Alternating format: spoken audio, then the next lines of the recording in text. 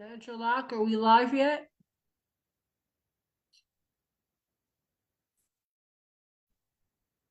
Yeah, you're live. Sorry.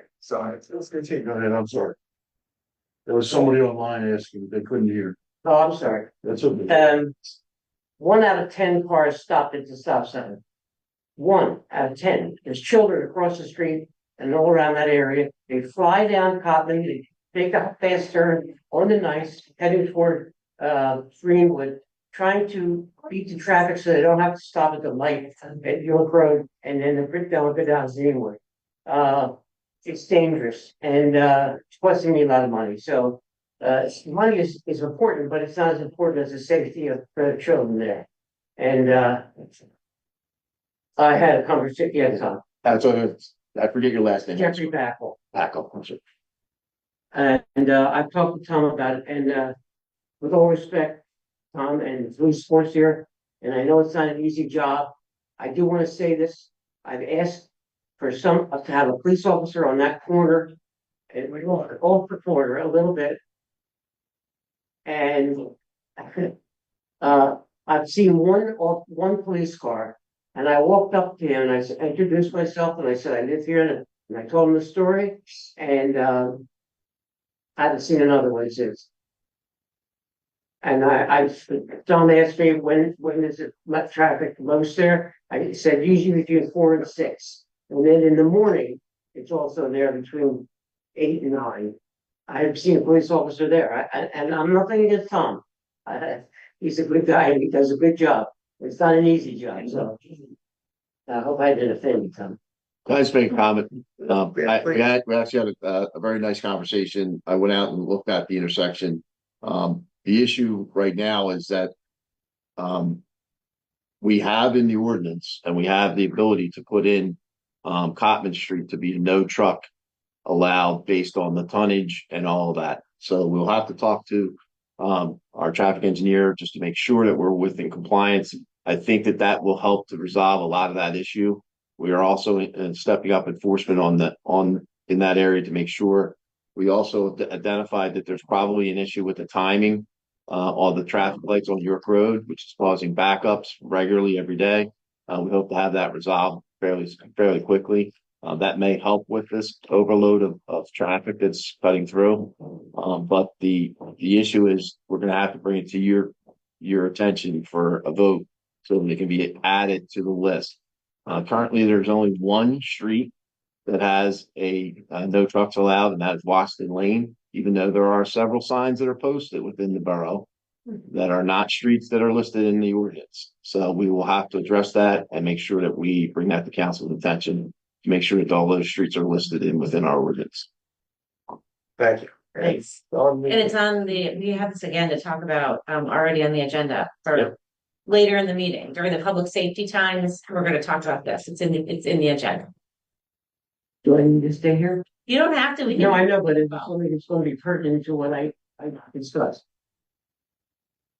No, I think we hear you, and we're going to address it. Yeah.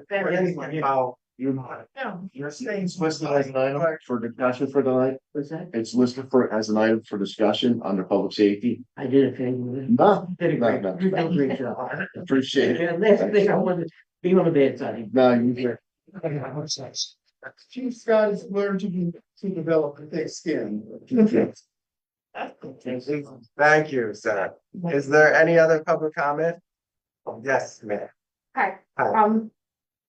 I'm Monica. I met Mrs. Goldie. She's not a prop. I didn't have a babysitter. On a Happy 100 Summit, and I also have a traffic comment. I wanted to echo that corner is awful. We go there near gymnastics sometimes, so I hear you. I have my own traffic problem. First, I want to say thank you to Eliza and George who got a digital speed limit sign. Done wonders. Like I sit in that room and watch and people hit the brakes all the time for it, and I love it. We have some concerns on the block, and I told my neighbors, and I just wanted to say them. I think our biggest problem on Summit right now is that between the train station and Highland, there aren't any crosswalks. It's like a ton of new families, a bunch of kids, And there's no way for them to cross in a crosswalk unless they go down to where the train station is or up to Highland. So one of our main concerns, we love a crosswalk that goes across Summit and one that goes across Wyncote. Because right now, when you cross Summit over Wyncote, there's no crosswalk. We've also talked about, we would all love to see a reduced speed at the curve. We feel like there's some blind spots coming up and down. Right now it's 25.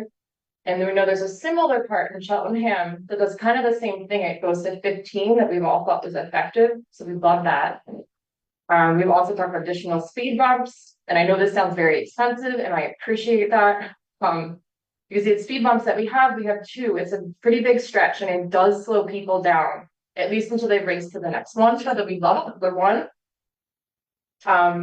We love the pedestrian crossing signs. What we've seen and liked a lot are the kind of ones that come up to about here, and they're kind of like standing in the crosswalk. And from the research we've done, they seem cheap and they seem effective. And I'm not a traffic engineer, but I hope that that's true. And the last thing we talked about is that the lighting is pretty dodgy on the street. I'm at the corner of that Summit and Wyncote. Since I've been in there, we had a FedEx truck take down a sign.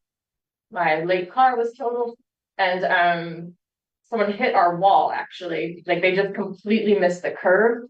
So we have lighting out in our yard, but I think the lack of street light there might be causing some issues too. But yeah, it's like that. I might get out of here before the next traffic discussion, depending on how she goes, but thanks, guys. It's Well, yeah, we have that on our agenda as well. I appreciate you coming in, and bringing that to our attention. And I also appreciate that you offered solutions to solve. I'm obsessed with the traffic. Okay. I'm obsessed with traffic All on right. the hillside. And now I'm obsessed with traffic on the summit. When I'm moving out, I'll be obsessed with traffic on that street too. All right. Yes, then you might want to say I something. just wanted to say, I appreciate your solutions as well, or recommendations. We did immediately take the traffic engineer out there who made observations. He has a sketch to share tonight on some of the improvements that we could make out there. As you know, the speed humps can only be put in so many feet. Yes. We can't. They don't meet the criteria to put more speed humps in that area, but one of the solutions we came up with was to make it a pedestrian crossing where they would like one. It does make sense. It's nice to go down to the controlled intersection at the train or at Highland, but quite frankly, you're going to run across the street if you're a kid. So we looked at a pedestrian crossing there, but we're thinking that we could make it a raised crosswalk. Like a speed table. Basically, a speed I hump love those speed tables. with a crosswalk on the top of it. Uh-huh. And then you could put your signage that you need there, mark the pavements. So you get a real good benefit out of that. And it's on the sketch to show you tonight as a proposal. The crosswalk right at Wyncote's a little difficult, but there is a crosswalk, not at it's 10 feet back from the intersection. We're paving that section of Wyncote now. Pico's going to pave it in the next couple of weeks. So we put in add a stop bar at Wyncote, 200 feet up double yellow. Yeah, just 50 feet of double yellow. So when you're coming up Wyncote to Summit, you get a sense of where you're supposed to be in your lane. And then doing Piano Keys crosswalk across Wyncote so people will see where the crosswalk is actually at. There's already ramps there. So all that going on at that intersection, the chief went right out and put up his digital sign that was mentioned that tracks traffic, it tracks speed. So we'll have a full report on everything that's going on out there to assist us with that. One of the things we're looking at is the county 2040 grant. We've gotten 2 or 3 of those. We've been successful with them. I've already talked to the county about it. And we applied to get that at the Runnymede Walnut intersection, and they said, we didn't get it. And they said, you need to be more broad-based. We want to help the whole town, not just one intersection. So what we brought to them this time was, we brought them this intersection. We brought them Vernon and Vista, the improvement that we had for there, Walnut and Washington. So we have like 4 places in town that need this kind of improvement. we're gonna put it together as one project and submit that for a grant application with them. And that is a 14%, 20%. 20% match. It'd be a 20% match. So to get $150,000 below 30, we'll have to pay 30 out of the borough towards it. But it'll fund the majority of all this improvement. So the county planner is going to help us put that together and make it a successful application. But we'll be sharing that sketch that we have. We'll have showed it tonight, and we can email you what we have. It's just preliminary. That's like, that's amazing. My girls, and the 3 little girls up the street, and we're always freaking out about it. And thank you so much. The digital sign has done so much. Thank you. We're gonna put a second one up, but just. It's Big been enough bolts. it's a serial day and watching it. It's all effective. It just changed the block. It's great. Wow, great. Good. Okay, Go ahead. thank you. Thank you. Right. That is a lot. And Councilman Mazza as well. No, not you. Is there any other public comment? Manager Lock, are you aware of any public comment by way of social media There's none in the chat room and no email on or email? it. No, sir. That was email. No, sir. Sorry, someone was not sorry. Okay, we'll move on to reports. Jenkintown Fire Department Chief Lynch. Excuse me, my reports were submitted, if there's any questions that we have to answer. Looks like there is a discussion point on the agenda later on that, we'll pick up with. Okay. So, All right, thank you. Second alarmer is Rich Garrett. Is Rich here? Not here. Okay, Rich is not with us this evening. Police Department Chief Scott. Thank you, President Connors. I've submitted my report to all the council members. We had 977 calls for service in September. Obviously, we participated in the parking meeting, and we're looking forward to scheduling a second parking meeting to deal with parking permit regulations, and also to modify anything within the ordinance that we submitted as a draft to Borough Council. We're also working and waiting for the DCED report to come back.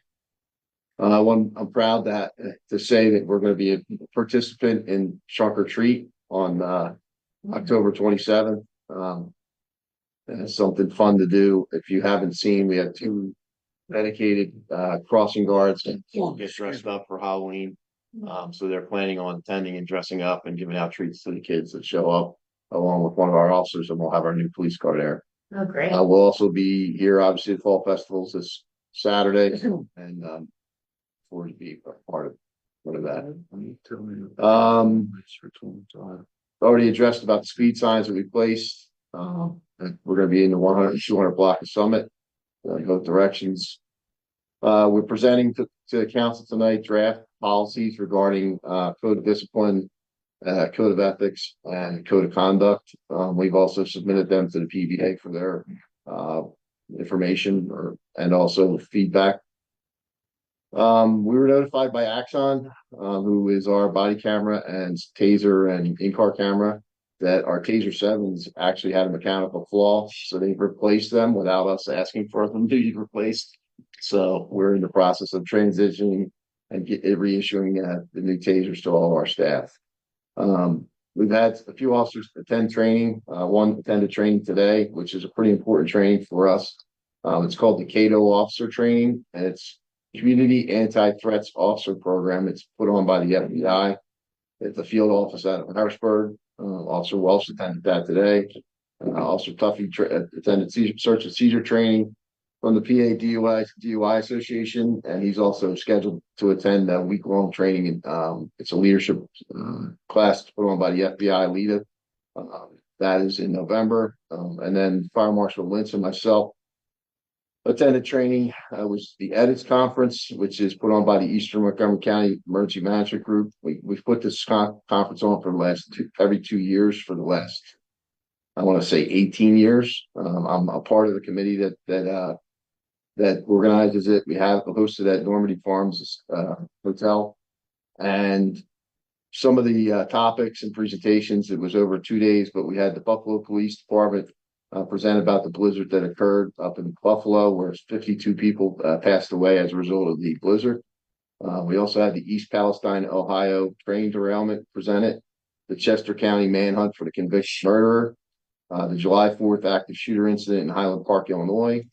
They also had a speaker who speaks to the FBI and FBI LEDA and all the FBI Academy with regards to strategic communications and media training. And then they also, our final speaker was a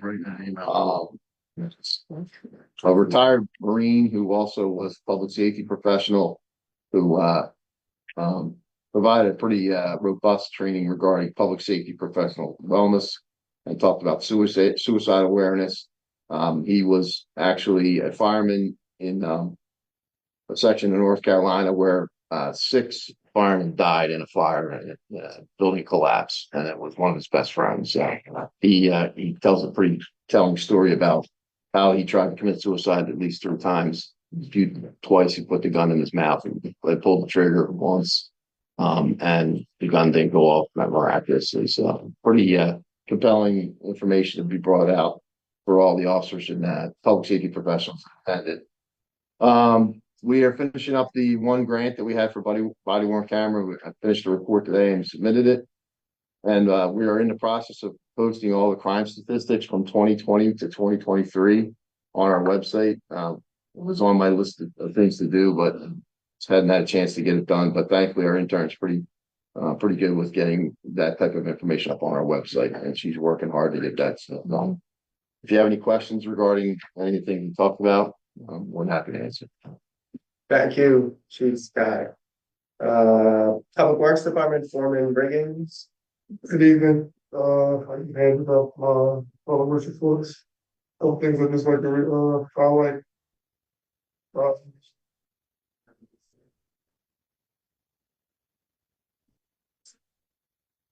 Here we just released the 2024 leaf collection route, curbside leaf collection route.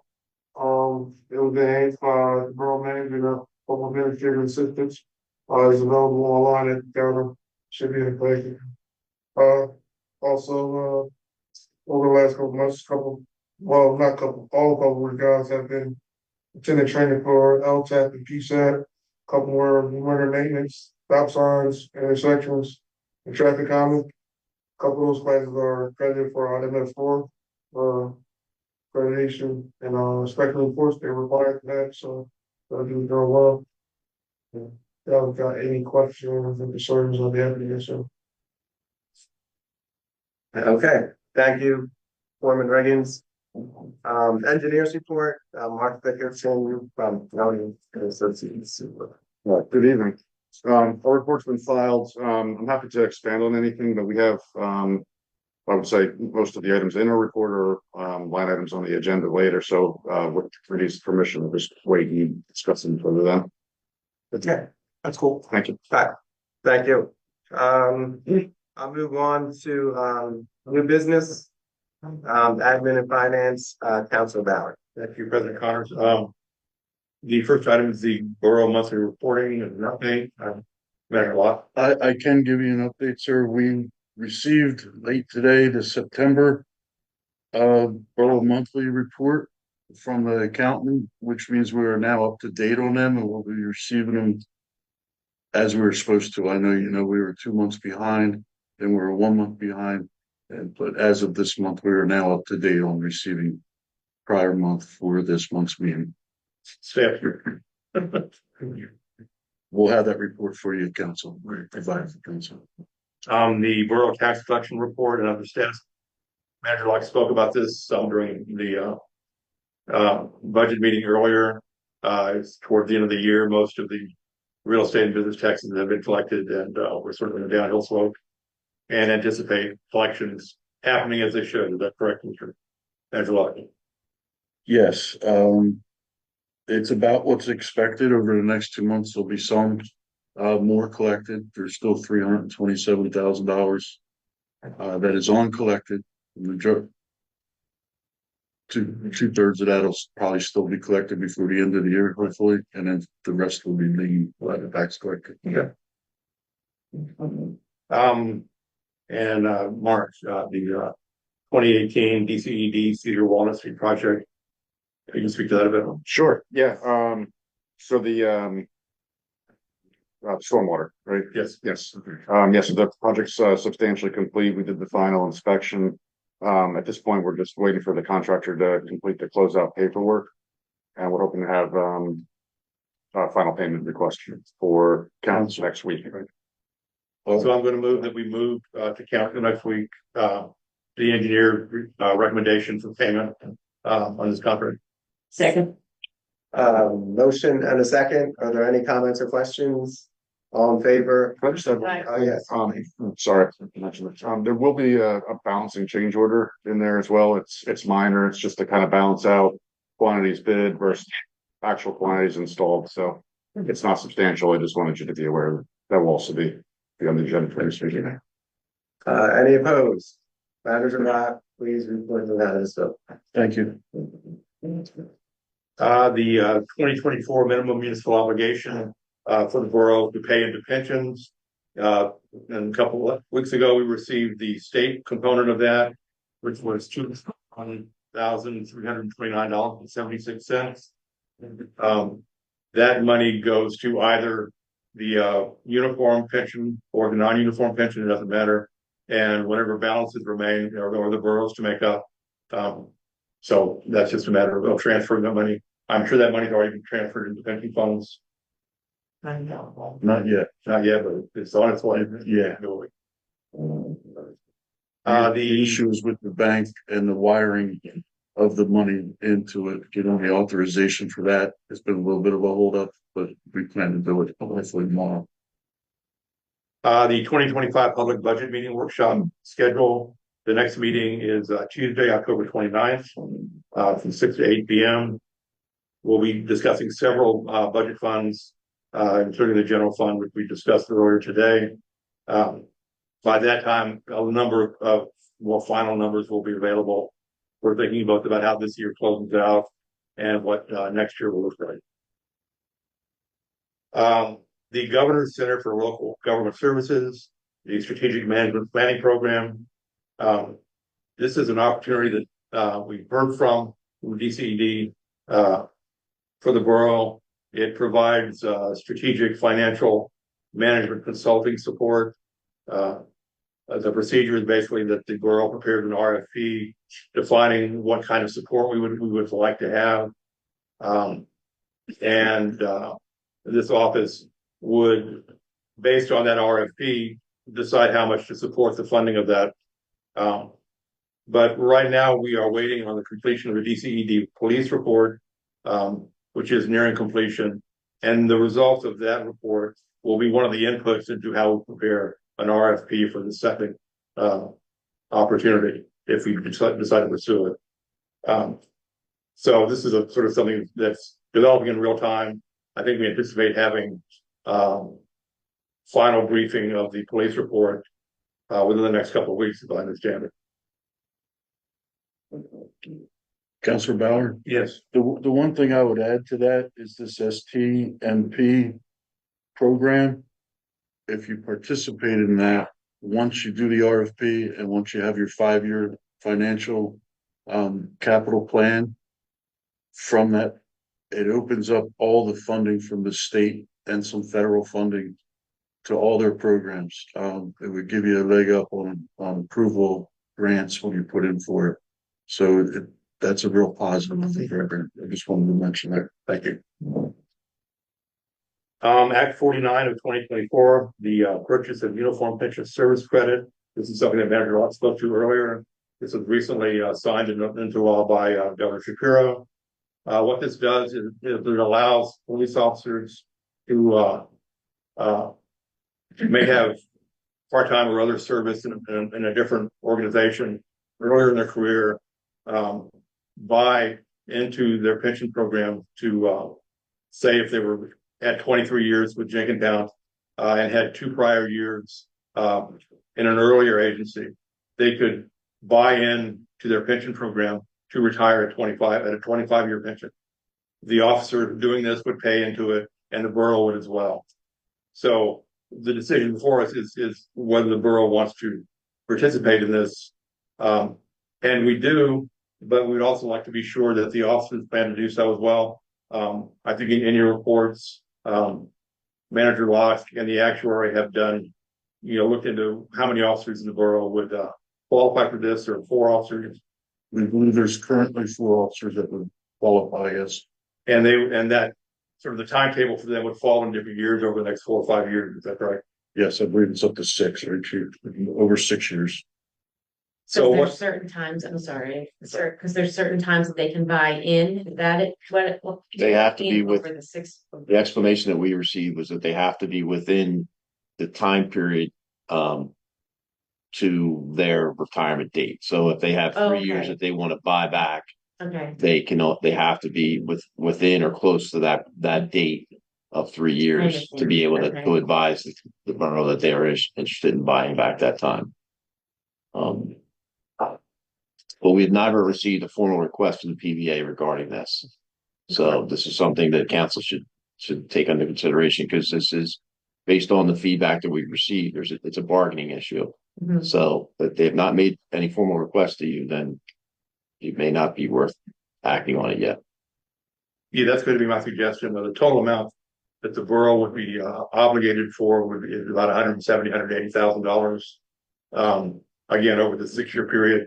And so what I'm going to propose is that we don't have to decide on this week or this month.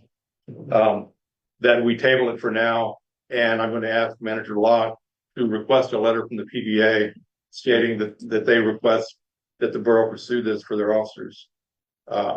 And once we have that letter, then we can move forward in approving it ourselves. I don't know if we need to do a vote to give Manager Locke that instruction or not.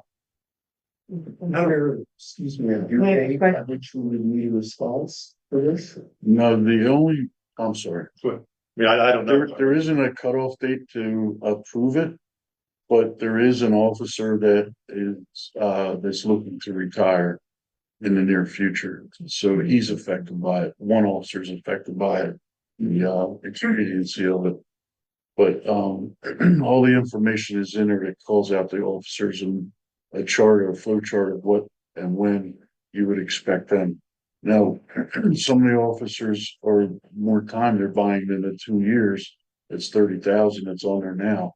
Some of them are $65,000. The one part of the bill allows you to pay that over a period of time. You don't have to pay it in a lump sum into the pension fund.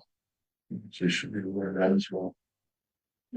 If we, I know we're not gonna go on it tonight, but if we were to go forward with this is then a process that is permanent going forward? Or is it just for these? You would have to adopt your ordinance or resolution, whatever the pension is done by, and you'd actually change that. So it would be in place. So it would be for all future hires. It's not just for who's here now. Thank you. But it matters for the current crew we have. Right. Portfolio. I understand. Is this, is this similar to like a drop program? No, it is not. It's- This is similar to the if you're aware of in civil service, you can buy back your military service. And usually it's capped at 5 years. And that's this is a similar engagement that Okay. they saw this as an issue. They were trying to make sure that they gave the opportunity for public safety professionals, specifically law enforcement, to be able to purchase back previous time that they may have served in a part-time role or at another department where they did not vest. But they're vested, they're not eligible to put in to purchase their time back. Okay, all right, thank you. Yeah, but Yeah, I was just, I'm a little concerned about the financial impact. So you were explaining that it's about 175 to 200,000 over 6 years. Is that? yeah, it's sort of episodically. So for example, for the officer who is looking to retire very soon, that would be an immediate cost, Mhm. both to the borough and to the officer. I'm not sure when, I mean, our packets have that timetable. Yeah, And it's I'm not hard sure to read, so I'm just, I'm looking at the date, the graph. The understanding that the actuary explained to George and I was that we would not have to pay that $30,000 all in one lump sum. We could pay it over a period of time because it's basically you're paying into the pension. Right. Okay. But basically the reason I asked about, this time thing is because if you're making an offer, I think it's only fair to say, if you don't respond by this time, then this, that person wouldn't be eligible, correct? Yeah, what you're saying makes sense. Well, I included the Act 49 in your packet, so it'll explain what it is, but we are asking for clarification from our labor attorney on a couple things. We could add that to it. Yeah, but essentially just clarification on if there are any quote unquote deadlines, just to. Well, we had that clarified that there isn't a deadline for us to put it in place. Well, but there might be for the person Who has to elect. That's all I'm Right. saying. And I'm saying we'll add that to our questions and we'll get you your answer. But I think, the immediate thing we'd like to do is request the PBA just provide a letter stating that they would like council and the borough to act. I agree, 100%. So, Direct. you could make that request. Take that direction.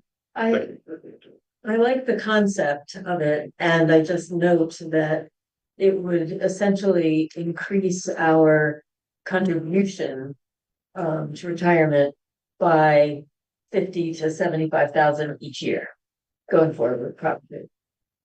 On average, Yeah, but it's going to, it'll be lumpy. I'm just thinking also we came out of a budget meeting, and so Right. need to put it in that budget line as well. I don't think that that's the truth. I think you have to think about it as over the next 6 to 8 years, you may have people who want to elect this. It doesn't say that the officer has to. Right. So They have to put in a chunk of money themselves as well. they have to put in a Yeah. chunk of money. If they don't have the money, then, Right. and I believe theirs is not one of those where they can pay over time. They have to pay it right at that date. Oh, they have to go up for me, okay. So an officer's alternative would be to work out the full 25 years for Jenkintown Yes. rather than, okay. Sounds like there's a lot of things moving around. a lot of Right. moving parts. Which is why it would be good for us some clarification on it. That they want this, for their members. I wonder if it could be considered like an attractive thing to have as we're hiring people down the line. You know, If you were someone that already had past experience. yeah, I don't know. Anyway, sorry. And this is a brand new, are there comparable pieces of legislation in other states? Chief Scott? Here's something original. It's a great question. I know of at least one officer that I'm familiar with that will be trying to purchase back time that he served outside of the state. So I don't know whether there's others. I would assume that there's a variety of different ones, but I know the military service is common across the country. Right. So that they can buy back their military service. That doesn't sound. So I think, that's all we need to do right now. Have your luck. Make that request and, I think as soon as the request is, we have the letter, we can move forward. One way or the other. Yeah. Next item, the 2015 Police Department Interceptor Explorer was sold at auction just a few days ago for $5,000. And this completes 2024 surplus equipment liquidation. I think we've been successful auctioneers this year. Sold a number of things. Municipal.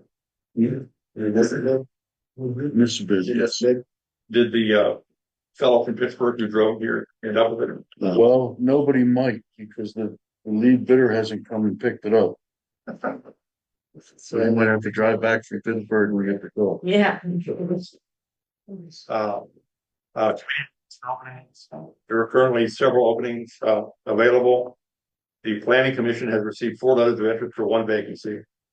And the Civil Service Commission, the Recreation Board, the Design Review Board, and the Safety Commission still have multiple vacancies. So again, these are nice opportunities to volunteer in the borough and keep an eye on things or help out with things that need, people's eyes and attention shown to them. And the personnel policy procedure manual update, that is being done to, bring our borough documents into compliance with recent federal and labor laws. That continues. Manager Locke, I suppose. You are correct, and we're coming real close to be able to bring that to committee. I think we have 2 items left, or 1 item left now. And they're working on the FMLA. And with that language, you have to have an HR professional that handles it. And we're reaching out to Divot to see if they have a department that handles HR for people. They have different departments there. They're a big organization. And we had discussed possibly having a third party for HR because we're such a small office and you really can't talk in here without everybody being involved in the conversation, even with shut doors. So we were looking at that aspect anyway, and this might be the opportunity to bring that in. So That would be a great idea. Michelle has been working with the labor attorney, and they're down to 1 comment on that, but we are going to look for that HR professional. But that language may be in the manual before we have that in place, but before we adopt it, we should have one in place. Okay, thank you. Just want to jump to, on the, Ongoing business, the borough's financial billing and building code software. The borough is looking at software from Edmunds Government Technologies. Manager Locke spoke about this during the budget meeting. And I think that's the way you are leaning, right, Edmunds? That is correct. Of course, that comes with considerably higher costs than the software you use now. But we're sort of an antique operation with our current software. So, do you know of any other municipalities that use AMS? Sure. Edmonds just transferred a municipality from AMS to them. They're mostly with sewer authorities and not full municipalities. I don't know any. To answer your question directly, I think there might be 1 or 2 left. Yeah. But it's mostly sewer authorities. Right to know requests, that still something that's going on. Yeah, mostly right now it's just commercial businesses requests that come in every month. You'll get pool companies or you'll get fence companies that ask for all your pool permits. The unions ask for all your commercial permits, like the electric union asked for all your electric permits for the last month, and they use them for their whatever. So it's mostly that. We do have training. I know the police department right to know and our right to know admin who helps me with it has training this month on it. So that's all I have to report on. The sanitary sewer rate study by Keystone Alliance Consulting. We're still waiting on data, I think, from Aqua, and I suppose from the city of Philadelphia to complete that study. We're also have an ongoing upgrade sanitary sewer system monitoring and financial software with Waterworks software. I think you've done some trial runs with them, Manager Locke, and you're quite happy. Yes, and they did appear at a committee meeting and showed us their software, and we are ready to move forward with them, and we really need to, and it's going to make our sewer system record keeping and what is going on with it a lot more transparent. And again, the report writing from it and the things that we'll be able to make public through it will shine a lot of light on that system and the cost of things and where the rates need to be. We'll be able to monitor it real time. The cost of that is $5,500. It is in the budget, and we would like to move forward with start moving our information into the system probably in November. Okay, you have it on site and up and running here? To have it on site? Do you have it on site now? No, I do not.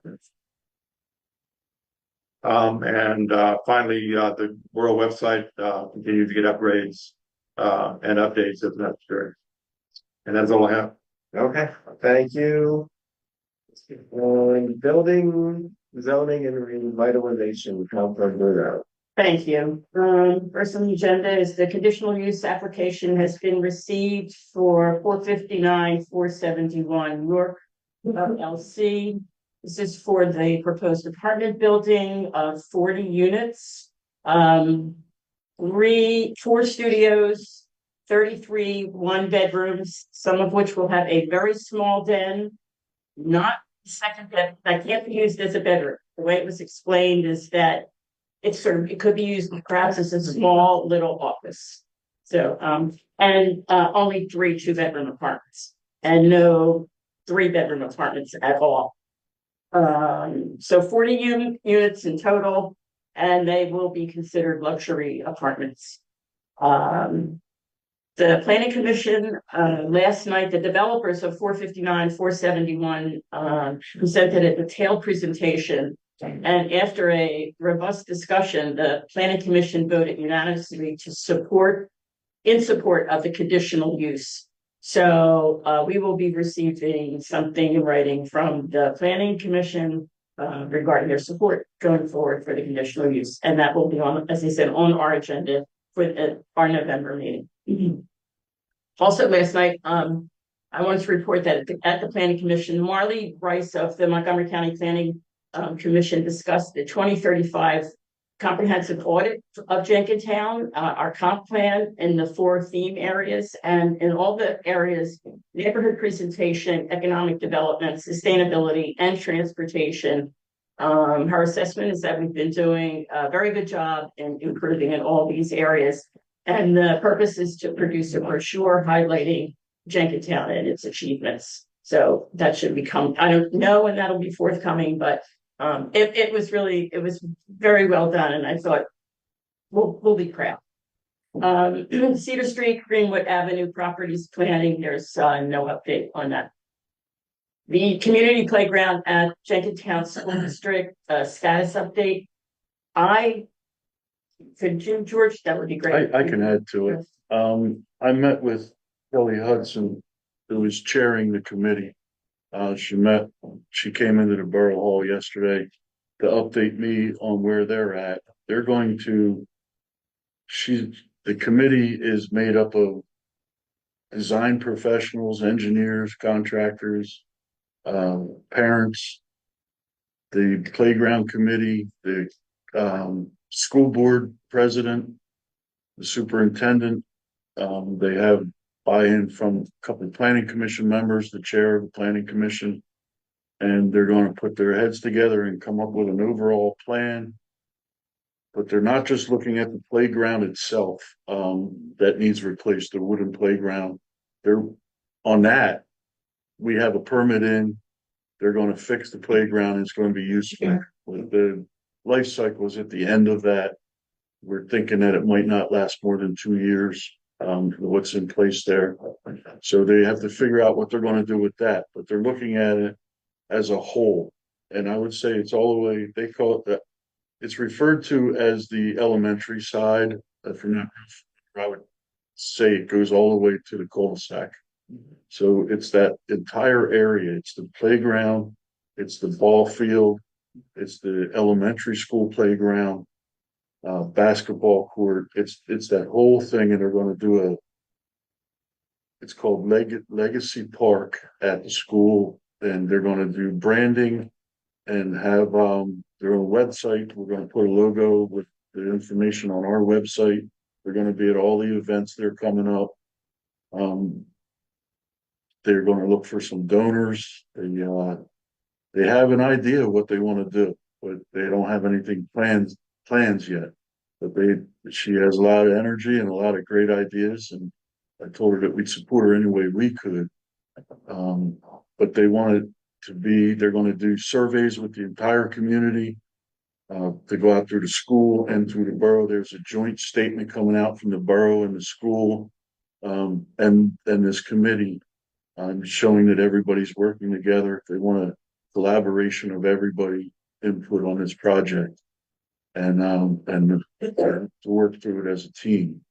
So it looks, it's gonna be a neat project, and there's no estimation of time, but, they might have to phase it, but it's gonna be grading and laying it out. They're talking about, being inclusive to all people. Like for instance, the playground now, they mentioned it has wood chips, and people with disabilities can't walk on that and utilize the playground. So it'll be a mat down, and a walking path. A walking path that is a softer surface that doesn't hurt your legs and knees when you walk on it. They have a lot of good insight and a lot of good information. So it was a very preliminary meeting, but she shared all that and that for like an hour yesterday. Sounds great. That's great. Good. More forthcoming. Just this whole thing. And I did have a conversation with Kelly Hudson, and she said that she would be happy to come in here and give a presentation if we wanted it. Yeah. I said, oh, That'd be great. Yeah. Yeah, I said, I'm sure. I think we have a lot of questions. All right, I'll let her know. But Thank you. Private parking, private public parking lot. Yeah, let's say, a possible future opportunity. The new owners of the Times Chronicle building also had to purchase the parking lot, which runs perpendicular between York Road and Johnson. It is currently, I guess, prior to the sale, or prior to the purchase, it was privately owned and it was a fee for service parking. So the new owners for the Times Chronicle building don't really need this additional parking because it's not going to be turned into apartments. It's going to be offices. So the idea is that perhaps the borough could in some way acquire that parcel for additional parking. So I'm just putting that out there as you all need to think about that and see whether or not the 2040 could provide some money for something to be great to be able to purchase that for the shops and on York Road. So that's the update. I don't have anything more than that. Do you, George? I could tell you that we met with the owner of the property and his head engineer or architect. They're very excited to be in the borough. They're going to contribute to the borough greatly. I could tell by meeting with them and talking with them. They're excited to be here. They look in several different municipalities to bring this firm that's going to be in Times Chronicle, and they chose the borough. So they too have a lot of energy, and they look out there. They showed us that they look out the front of their building and they see this parking lot. So they're looking at it all day long. And there's a kiosk in it now, but they don't want to run a parking lot. And he also wants to be a good neighbor, and he feels like he's out there doing parking enforcement day after day. So he's very interested in turning that over to the borough in some way. Councilor Ballard joined me in that meeting. I took a few people with us to represent, and it went really well. They're not pressed on time. I told them how slow the wheels of government move. He said if we came back and at some point said that we were interested but not until 27 or something like that, that everything's could be under consideration with them. They would also like to design the parking lot. You would be involved, but they would design the parking lot to meet code. So the parking spots would be the right size. It would actually have a real two handicap spots, and the ones that are there are marked handicap, but they're not code compliant. So they would design it. They would use the brick and the plant that we have in our other parking lots, so it looked like our other parking lots, but they want to beautify it and put some lighting in there and just make it a nicer look and clean it up. And they had all kinds of ideas, like knowing that we're proposing to enforce from 8 to 6, that hopefully the restaurants will use it because these businesses are closed, and the new restaurants that are coming into West will be able to, could park their patrons there. Maybe have an EV station installed. one or two installed closest to Johnson Street we looked at. With the first move the borough would do would be to get, help me out there, man, blanking the word, an estimate of the cost of the worth of the property. There you go. Thank you. And we would have to get an appraisal. And we could get the appraisal and then we could start looking for funding and grants and different ways that we could purchase it through grants. Fingers crossed. Sounds good. Yeah. So we're gonna stay in contact with them. They asked about STEM education at the high school. They would like to bring in a couple of interns. And they do it in all their other offices. And some educational engineering, math students, introduce them to architectural and engineering. And he said, it's pretty exciting for them to That's do really it. cool. So we're going to hook them up at the school. That's You really, mentioned the STEM that we're aware of is preschool. Yeah. If they- I thought you were talking about. Yeah. I said, wow, that's young. But the guy that's gonna run that building and that office actually lives in Rod. So it's real close. They think their employees who they're gonna recruit from Philadelphia, they're gonna come on train mostly. They're just very excited about the borough. They've been in they mentioned another town in Jersey that had a revitalization that stayed small but filled up all their buildings and they had a lot of neat ideas. So it was a nice meeting. And I know that we're going to hear from them working at the borough. It's great. Good. Okay. Moving on to current development update, 501 Washington Lane, the apartment building with 24 apartments and commercial retail on the first floor. This is moving along nicely. If anybody's seen it, it really is beginning to a very, very nice building.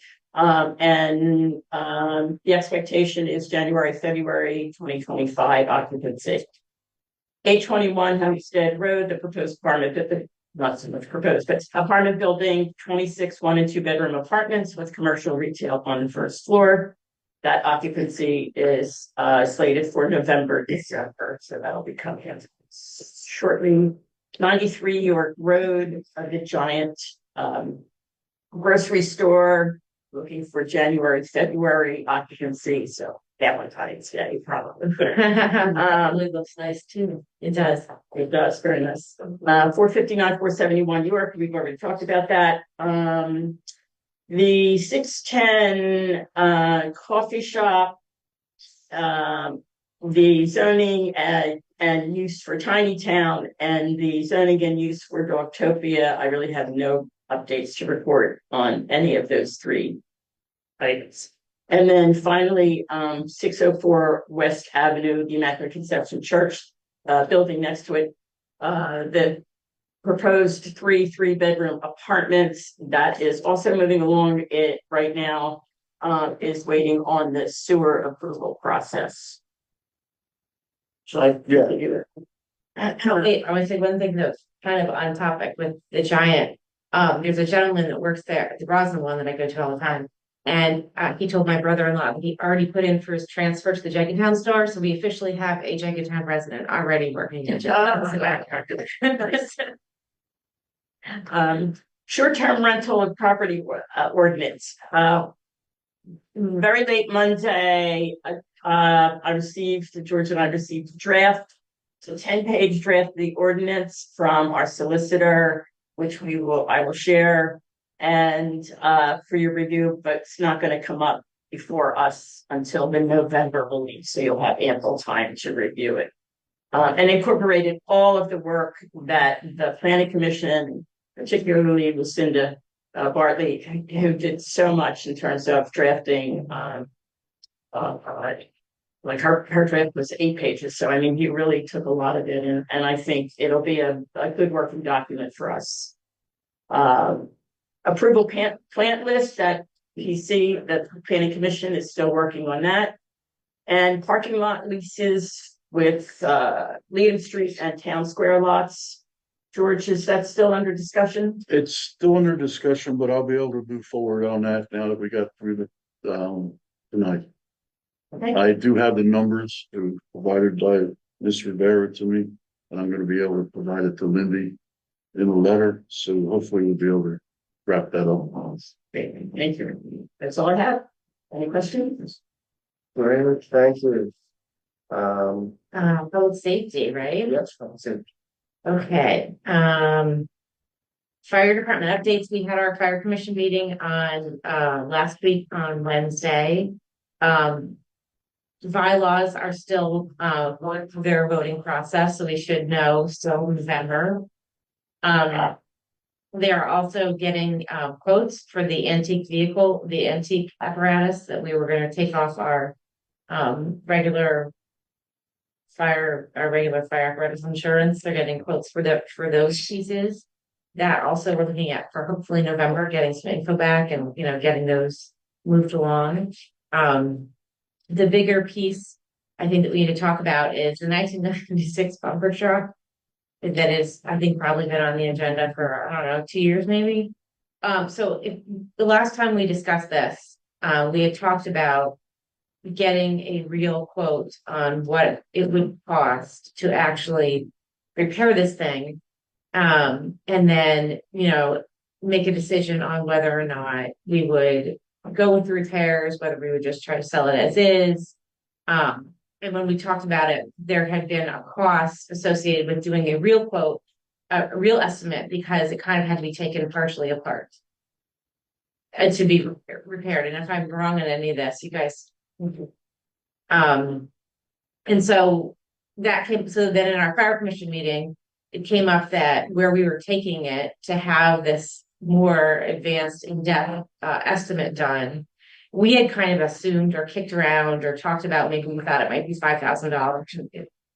Maybe I'm hoping that's the number you guys recall. That's kind of what we had talked about.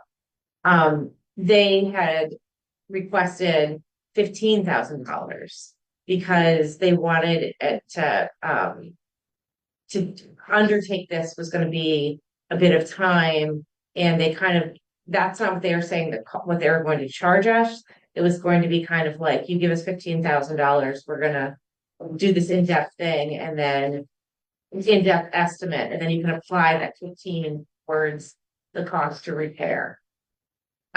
This all came up at the fire commission, and George and I were talking about it, and I didn't feel comfortable saying, yeah, let's write a $15,000 check without talking to you guys, because 5,000 was the number I had in my head. And 15 just seemed like a heck of a lot to make that decision on my own. So I believe that's kind of where we are now, right, George? That is correct. Okay.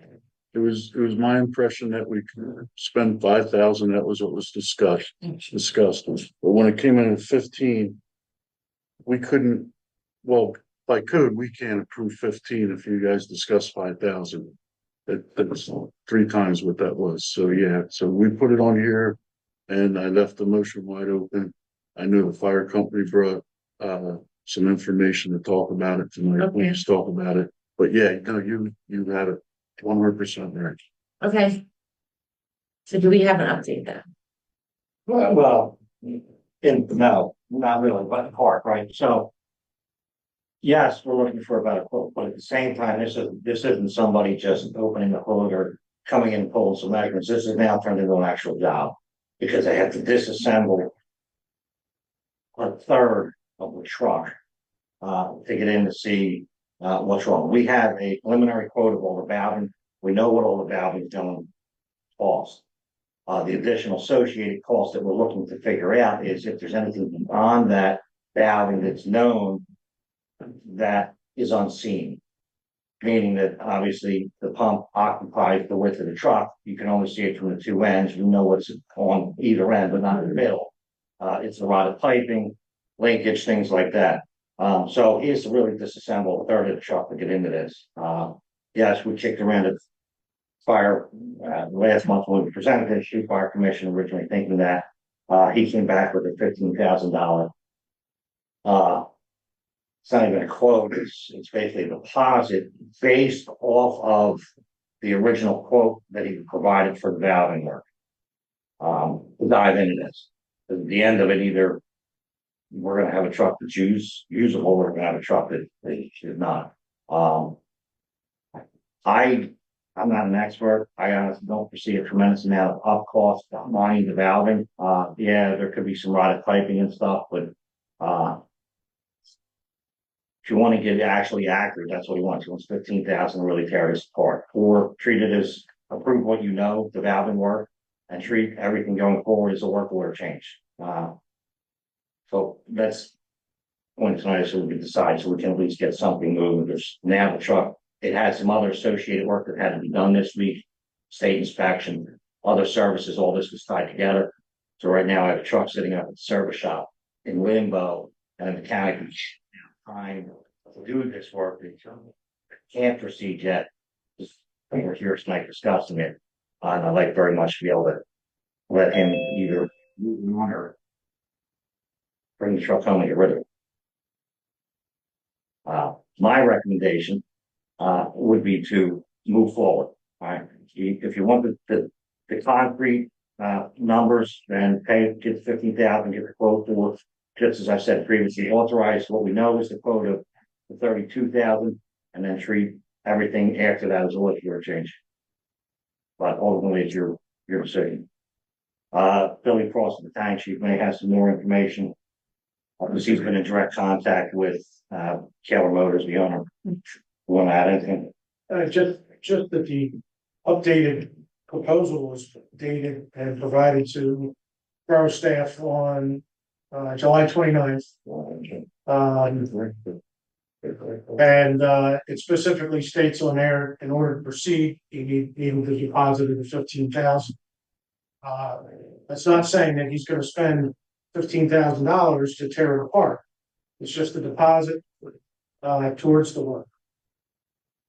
And once he gets to a certain point and he's able to complete that work, he'll come back with a written proposal based on what he finds by taking it apart. And if anything more needs to be added to that updated proposal that was provided on the 29th of July, he would certainly do that, and people would make a decision from there. Sure. Go ahead. Question. The quote that you provided the borough staff that was provided to council that says he wants 15,000 to begin the job. That's to begin the job of making the $30,000 repair, correct? Is that where he says that he wants 15,000? It's not 15,000 to give him a second quote. Am I correct with that? Yes. Okay. I just wanted to. The quote that you got in July was his estimated cost of what the repair work would be. Okay. It was an update from 2 years prior, 3 years. Right, so it was an updated quote. Right. Okay. When we discussed it at prior commission, it was, well, let's get him to take it apart, and then he can give us a hard quote. Okay. But that was us that stuff. We never discussed that with him. When we did discuss with him, he says, I'm working off of the estimate, and it's a $15,000 deposit. If he takes it apart and does a better quote, we decide not to, whatever the balance is, you would get back. That's the way I see it. Joanne, you have a question? Just remind me. This truck, the 1996 truck. 30 years ago. Yes, yeah. So I am so ignorant about all this, you'll have to excuse these questions.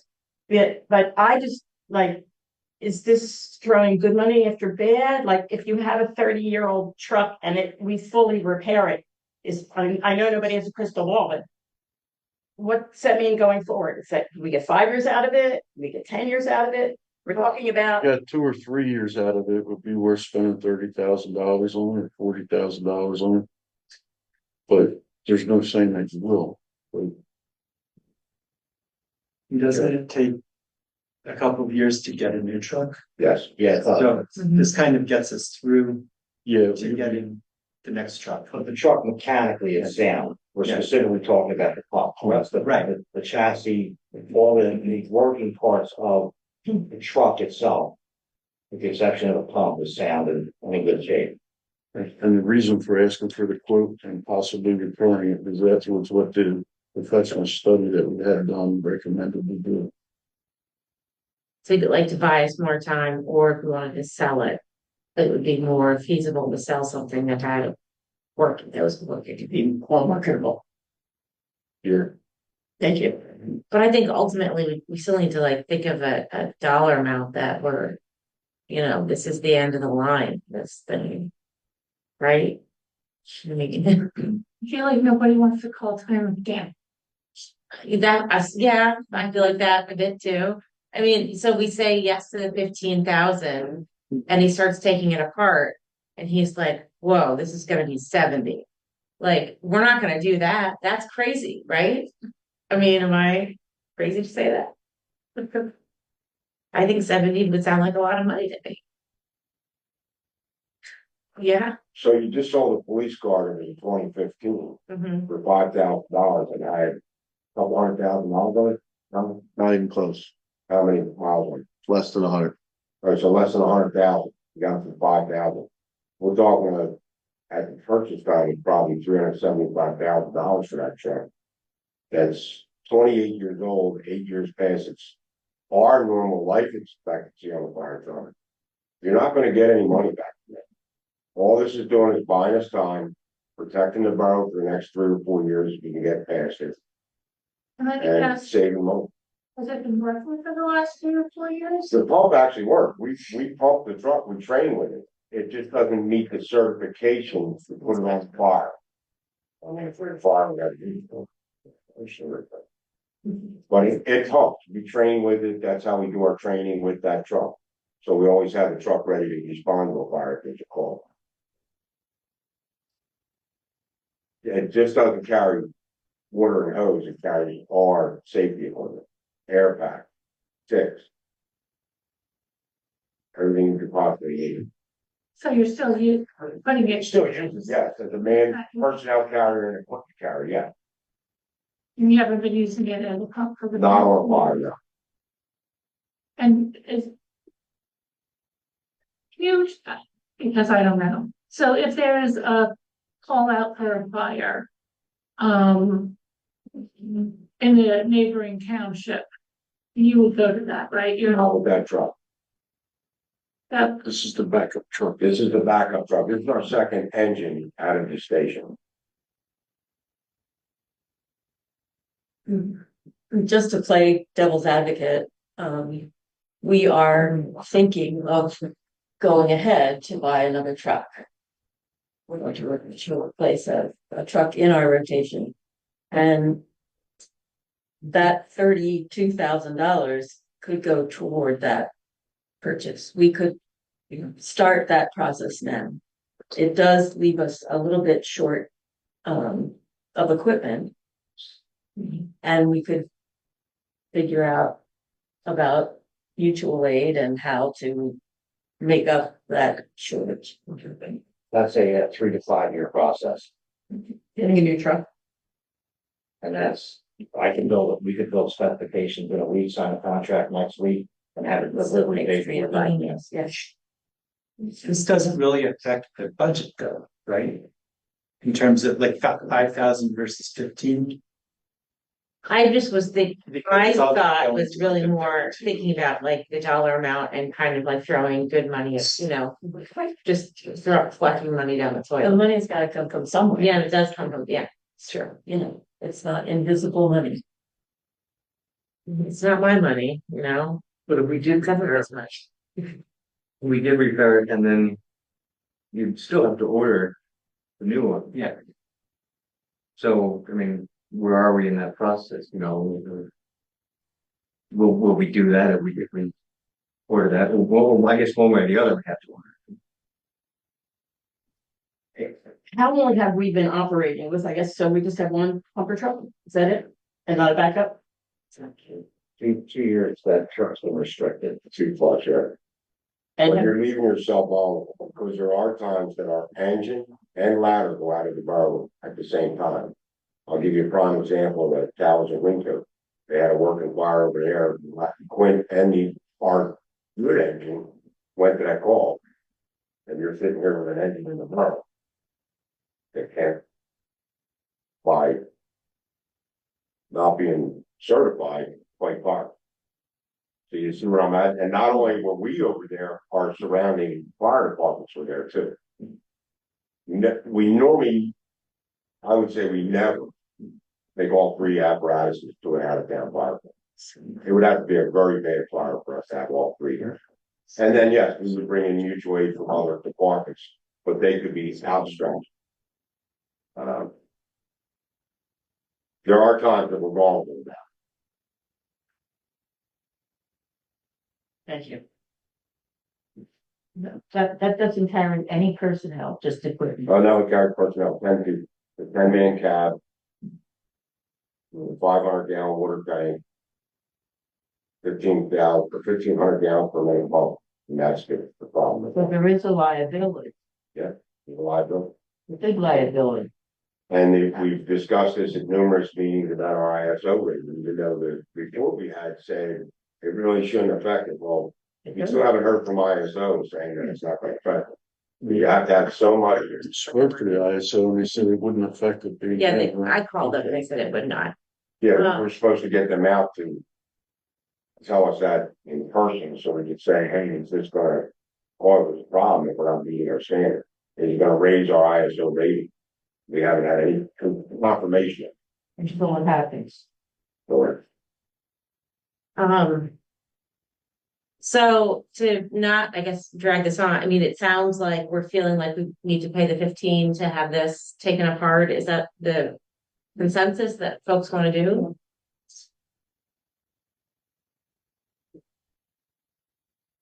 Make a motion. I make a motion, I can't, what's the right wording? I make a motion to authorize a check for $15,000 to pay Kaler Motors to,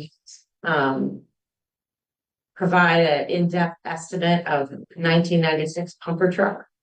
Excuse me, but I think they phrased it as a $15,000 deposit. Positive, you're correct. Thank you. We should get something in writing from Taylor, what it is, so that Yvonne can produce a check, because of, what's that? It's an estimate. You have an estimate. It's only a quote. He wants a 15,000. No, but the $15 doesn't pay For the repair, he estimate. wants 15,000 on a $30,000 repair. Is he gonna say there's 15,000? Well, that was for the quote. Here's your quote. It cost you 15 grand. if you spend 4,000 tearing his heart and coming up with a quote, if you decide not to do it, you're gonna get the $11,000 back. Right, he needs to put that on a piece of paper, not come from you, a third party. I get it. I mean, Yeah. doesn't that make sense? Yeah, the terms need to be clear so we know what it is we're actually approving. Yeah, we need to get better wording. Maybe from Patrick's. So, let me see, because. Can you contact the Taylor to get the wording that you need? I could, yeah. Send this to the boroughs. I think they know the wording. Bill talks to, Bill Cross talks to the owner, he's talked to him through this process. I mean, the wording might already be there, we just need to know what it is. You know what I'm saying? It may already, I mean, you're kind of quoting it from memory, but just to know what the deal is. And my confusion is the $15,000 for the in-depth inspection? And there needs also, if we were to go forward with the repairs, another 50 or whatever, 50%, $15,000 deposit if we go forward with the repairs. I'm not clear what the $15,000 really buys. It's not gonna explain that way to us. Can I explain it? Sure. It's basically like you're getting a lawyer, It's a paying a retainer. $15,000 retainer, and they're gonna spend it based on how much time it takes for him to disassemble it. And then if there's money left over that he can put towards the repair, he will do that. But if it requires additional money, He will update the quote and let us know how much more it's gonna cost. It's gonna, if everything goes well, it's gonna cost more money. We have a quote for, I think it's 39 to buy. I'm not. He's looking it up now. 46 or whatever. Something like that. So something like 39,500 to do the repair. So essentially the 15,000 is for them. First installment. It's just a deposit. That's fine. When this was done, when we first decided this, there was not he did not know that we were authorizing him to take it upon finance. That was after our meeting that we approached him. He gave an estimate on what the repairs were. From there, I have to turn the bill with the first office. Our group had decided, and we just threw a number out there, 5,000, we all talked about it. I don't know anything about how much that cost. But Bill was gonna contact them and say, hey, they want you to take it apart and give us a concrete estimate on what it's gonna cost to repair. And that aired it up. If whatever's not expended on tearing it down and giving you a quote is used is either returned to the borough or used towards the repair that you decide to do, then I don't think there's any harm in doing it. Yeah. But that has to be clarified. Right. And So those that are the, Yvonne those are the produced the terms check. that seems reasonable enough. I mean, I'm speaking for myself, as long as it's clear. Yeah, Okay, but it has to be clear. So, but to be clear, does that mean that it has to be written up? So we could like have a check for it? Like an invoice or? For your bond to produce a check for $15,000, she needs something in writing from Kayla. Even if it's an invoice that says $15,000 retainer. Whatever's not used on tearing it down will be applied to Right. the repair, the eventual repair, or return to the borough. Just something simple It's on not- that. It's not included in this estimate that we were given for. what's the date? July 15th. Whatever's left from from tearing it down. If there's monies left in there, that would apply towards that estimate. I mean, it's gonna be a fresh estimate, but it'll be applied towards the repairs. So it's gonna be a new estimate.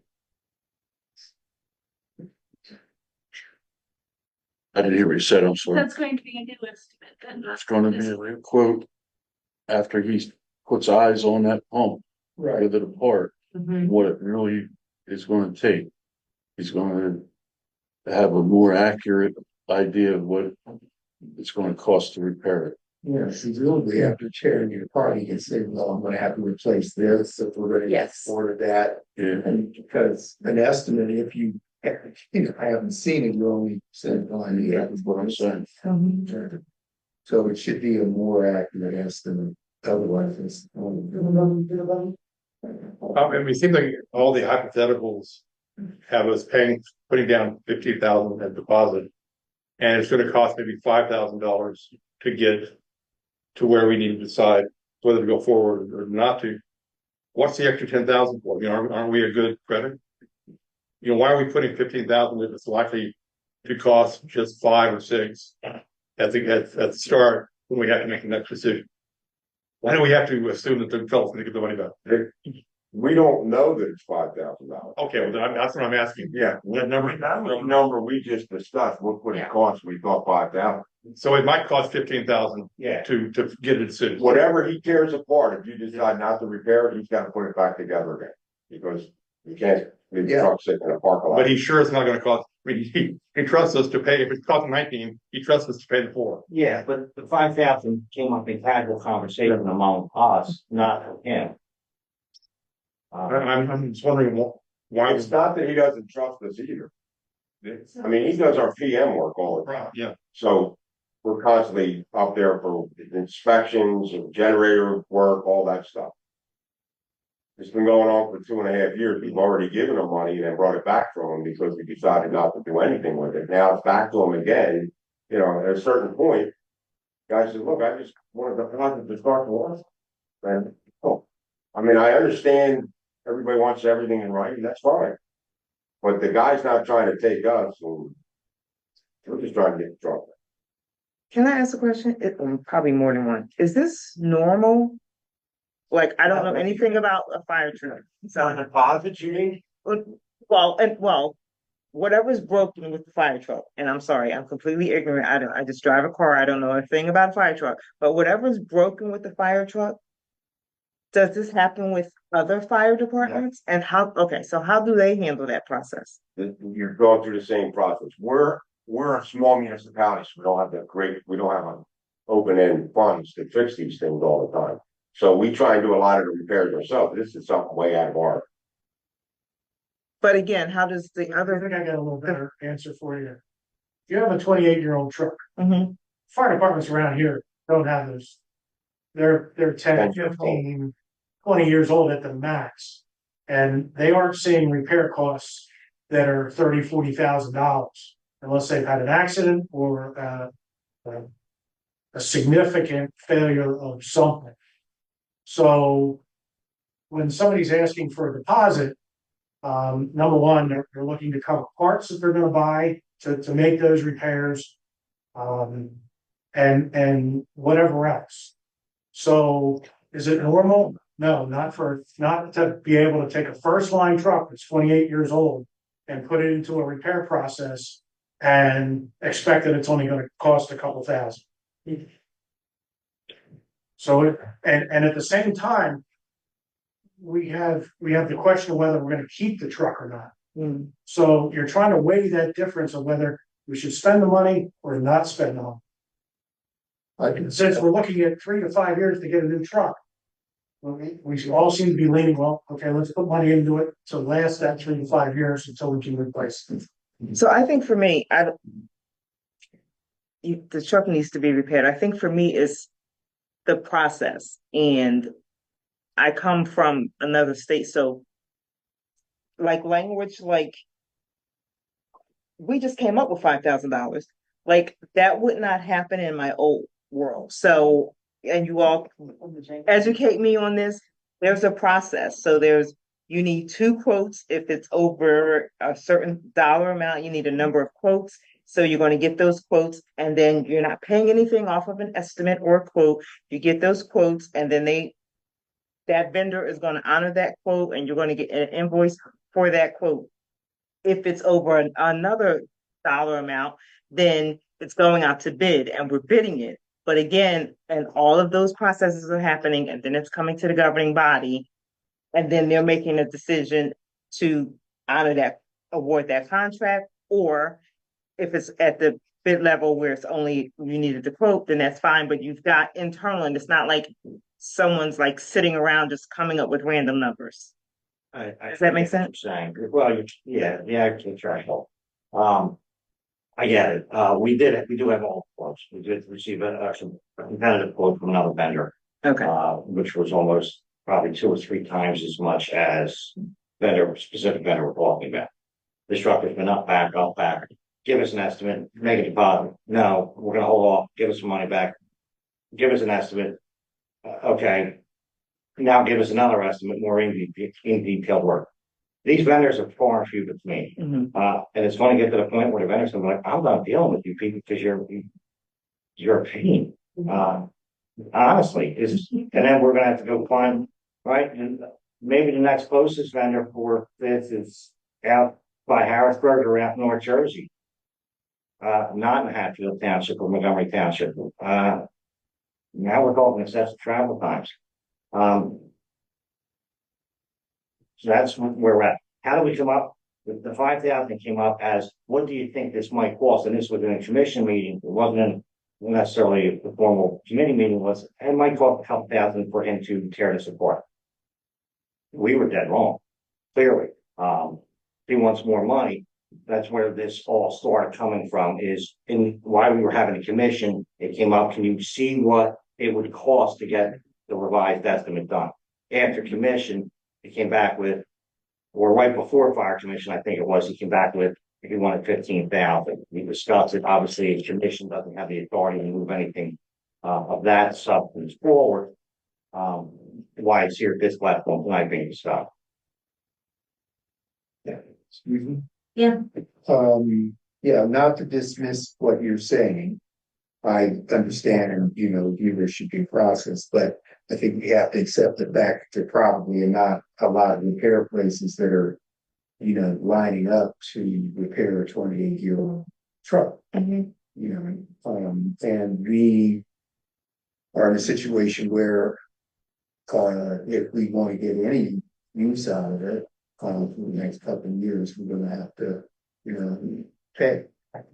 I'm not discounting that. I'm just saying, I think all of what, to me, it just sounds like more conversation than anything being in writing. That's all that I'm saying. Yes, that's what I said. I'm not disputing your comments. Mhm. You said to add to that. Right, okay, And we do have the trade quotes. okay. There are actual formal quotes that were presented, to council. The particular insurance that we're at, there is, and we're working off a formal quote, which is where the 15,000, he looked at and said, this is what I wanted for that quote, this is what I want for this job. Now, my own indication of going back and ask him to say, okay, well, we need to find with that 15,000 now going before that, yes, it's to start tearing the pump apart and anything beyond that, credit or whatever the case may be, so that we have a clear explanation, for accounting purposes of where we're going. So my question is, for you, we're kind of just here in limbo, is can council make a provisional motion and approval conditional upon receipt of the letter so that we're not stalling this any longer? Yeah, that's what I was just gonna say, if we can just do that tonight, so that way we're not waiting another month to do this. So I don't know how I need to change the motion that I made. Make a motion to spend $15,000 Make a motion to spend $15,000 on deposit upon receipt, upon receipt of the, letter confirming what the 15,000 will be used for. upon receipt of what the, so moved. On receipt of it or on when we see it, we like it also. But We need to I see it. think you're beyond that. Yeah, I think let's keep it moving. I think you're beyond that. Yeah. When we see it, I think, just so we can get going on this. Right. Second. A motion and a second, no more questions or any questions? I mean, it seems like the risk we're talking about is, if I understood the explanation earlier, we've sort of been at risk of having a major event outside the borough, and both of our good trucks, the Quint and the other pumper, being absent, and the only thing that's in the borough is this older truck. And that's is that a risk? We're trying to buy down that risk, and the alternative is to continue to accept it. We've been living with it for a while, and put the money towards the process of getting a new truck, or a younger used truck, or whatever substitution is going to be. I mean, is that the trade we're talking about?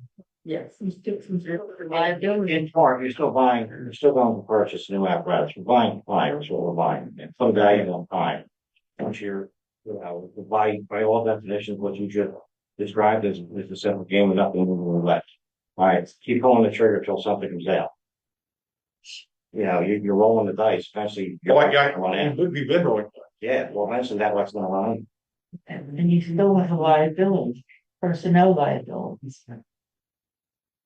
I don't understand that. Yeah, I don't know. I'm just trying to make sure that I understand what we're talking.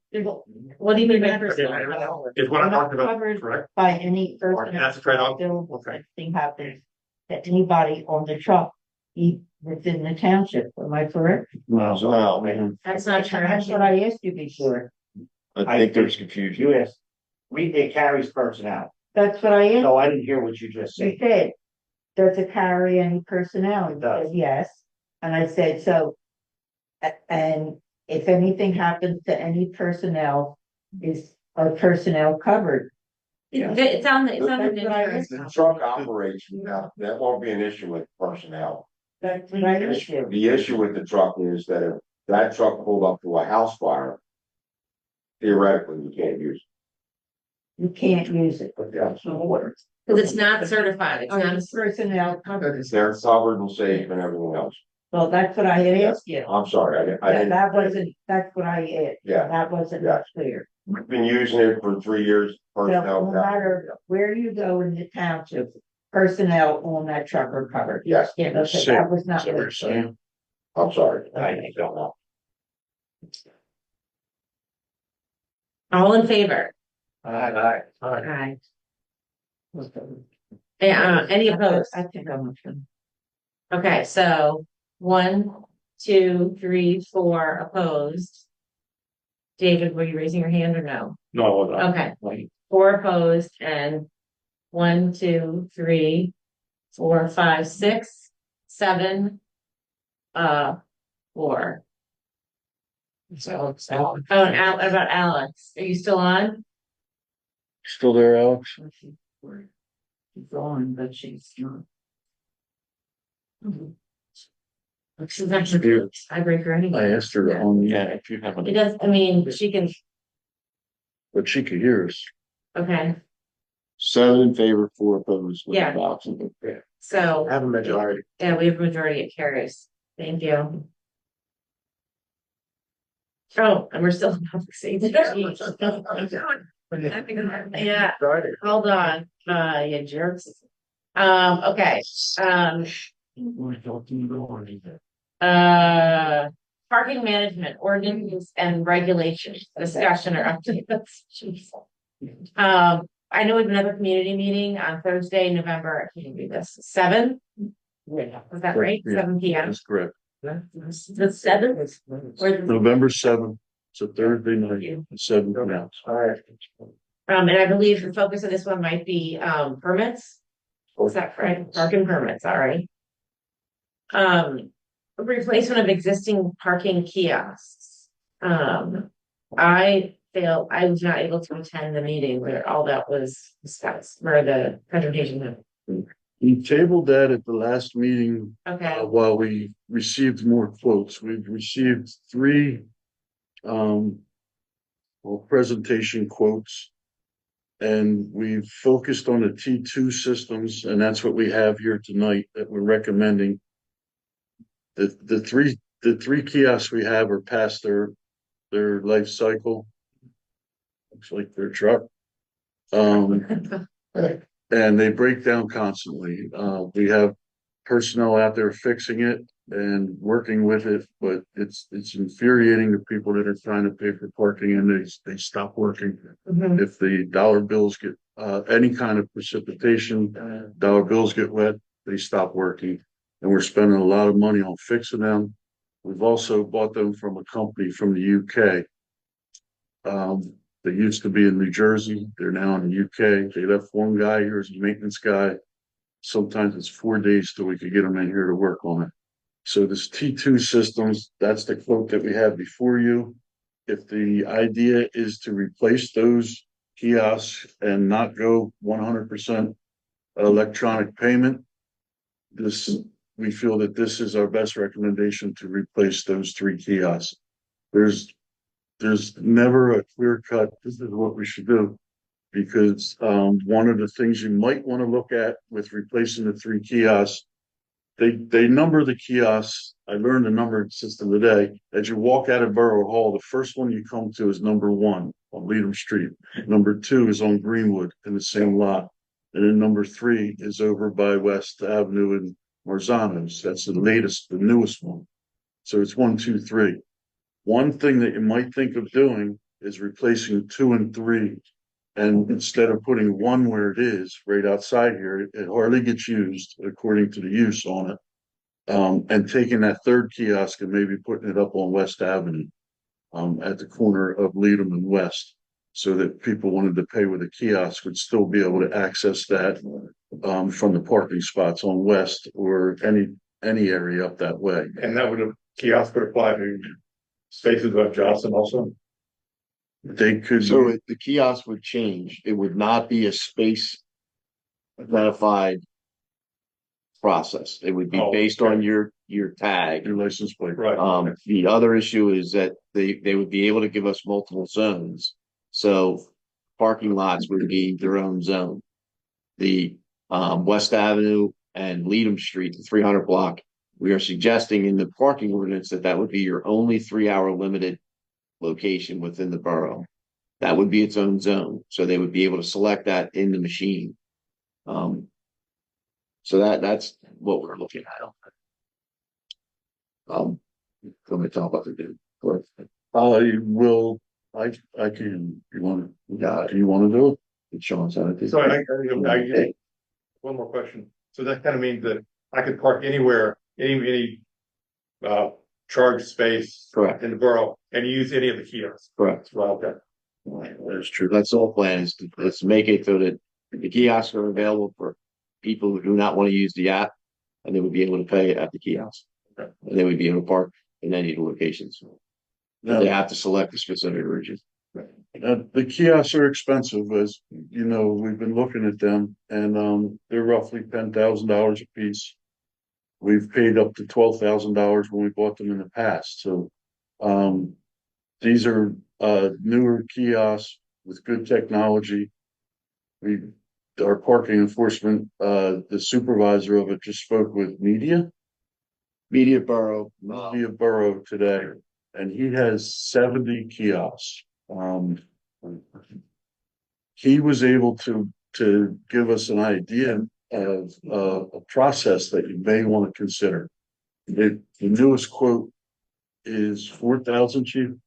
So the newest quote that we just received tonight, right before the meeting, is that a total for the kiosk alone is $25,616. What's the difference? 4,000. We're talking about $2,000 difference between a coin and credit card and a paper and credit card. So what we found out by talking to this gentleman was that he has the same issues with when the bills get wet, they get jammed up. He said with 70 kiosks, I'd have to hire a staff to be out there working on it. Be a nightmare. He went to credit card and he was able to get a price on quarters and credit cards. With this limited amount, we could do that and it would save $2,000 from buying the bill and credit card ones. So the kiosk would still be able to operate off coin or credit card, or you could do your electronic payment on it. One of the things that the unintended consequence, if we went with bill and credit card, as we had talked about, the parking is 50 cents an hour. If you put $1 in there, if your bill and credit card, there's no way to get your change. So you'd be paying $1 for that hour of parking. You gotta stay 2 hours. You'd have to stay 2 hours.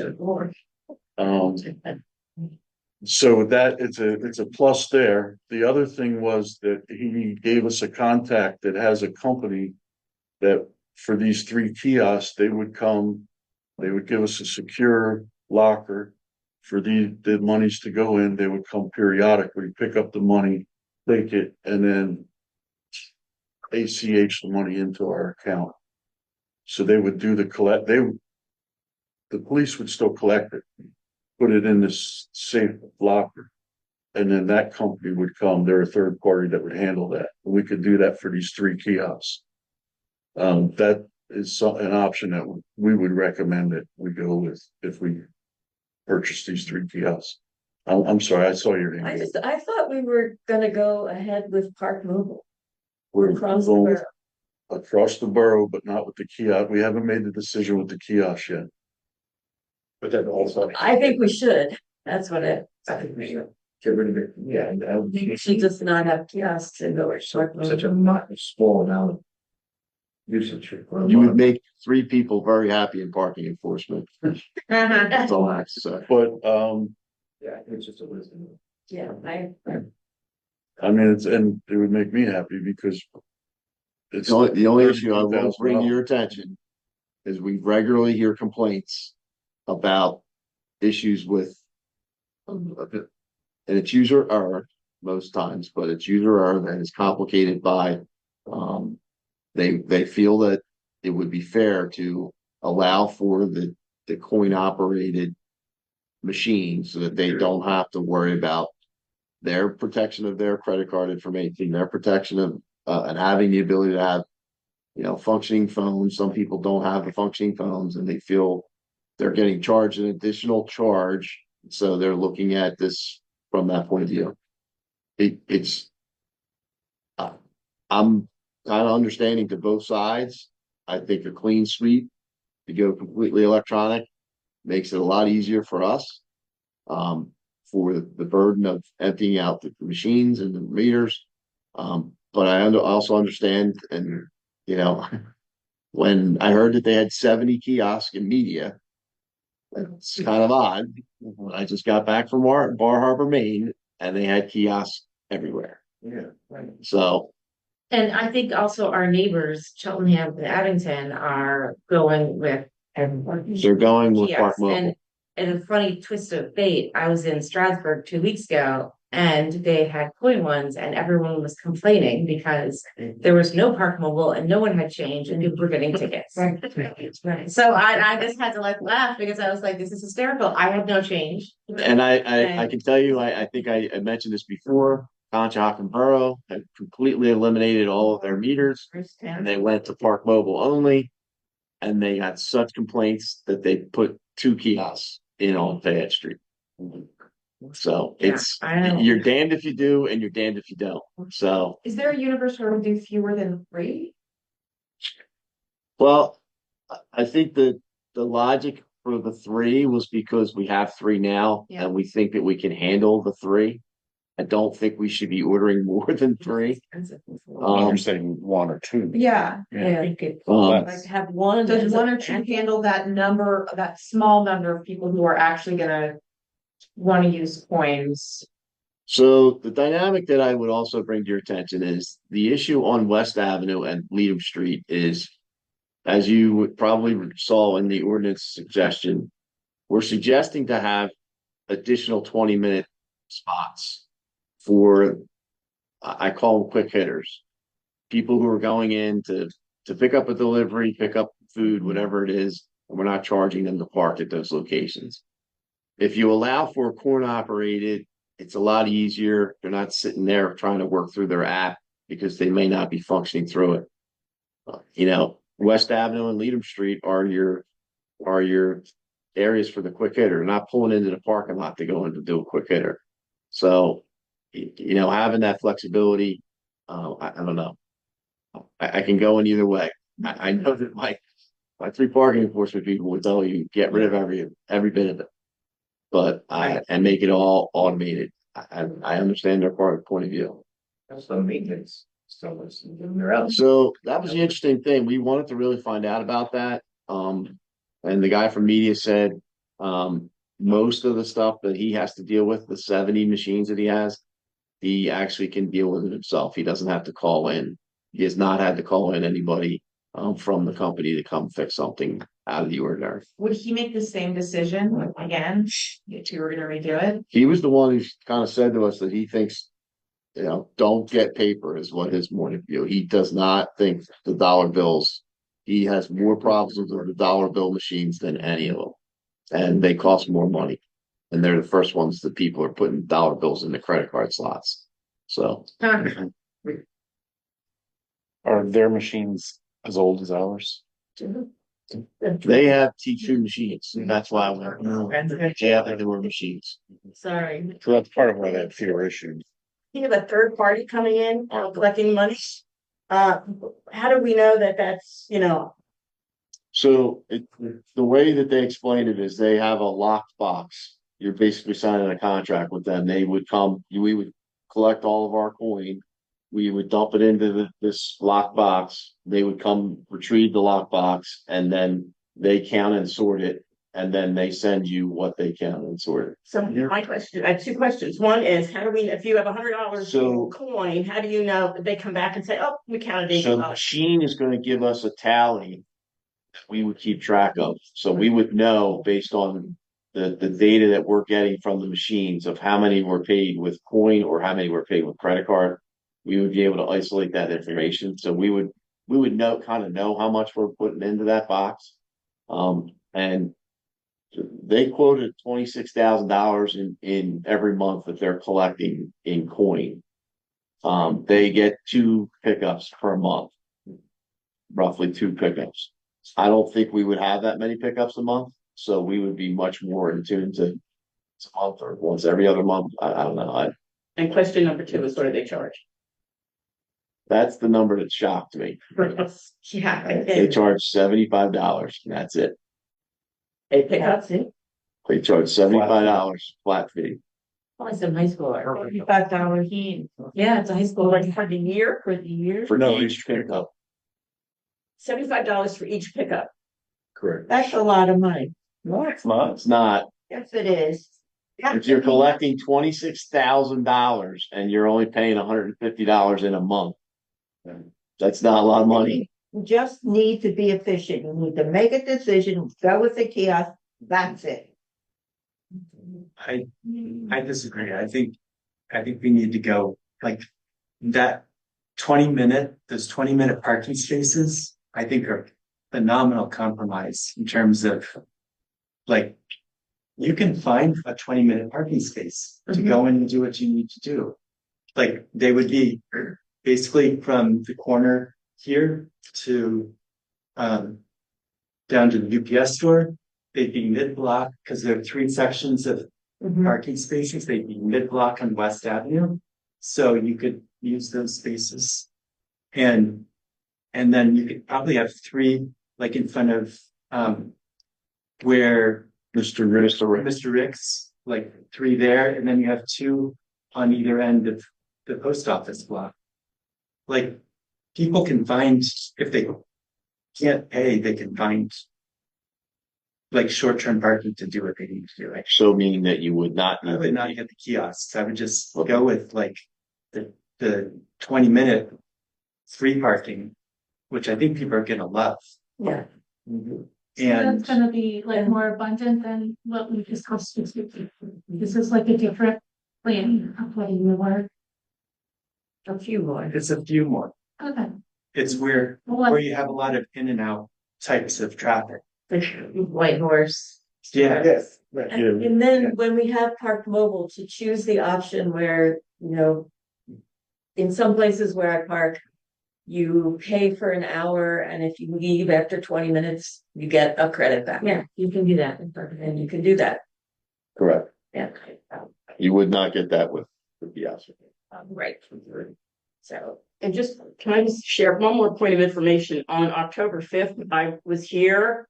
I parked across the street. I used Park Mobile and it gave me 6-minute intervals. So it was 40 cents for the first 6 minutes. Then I added another 6 minutes because took longer than I thought to be here. I added another 6 minutes, was another 40 cents. So it cost me 80 cents. Right here across. Right, directly across the street. Well, that just parked tonight and it gave me an hour. I did, yeah, lunch hour. I mean, because I double checked on my history to make sure I was remembering correctly and. I'm sure you were parking in Jenkintown. I'm parking in Jenkintown. So the reason we're bringing the kiosk to you is the first part we talked about the on-street doing away with the coin. We brought that to council. We voted on that to go to the electronic. Now we're at the second part of our proposals with the kiosk. If you go electronic, we don't spend the $30,000. We move ahead with the electronic throughout. It's totally council's decision on that. We provided all the information we could. The 20-minute spots that we proposed, we do have that. We met with Councilor Spindler. He assisted us with drawing a map of it. We're gonna clean that up and present that to you. We're gonna hopefully, I think council will be ready to show them. Steve? I didn't, I sent it to you. All right, so it's good to go.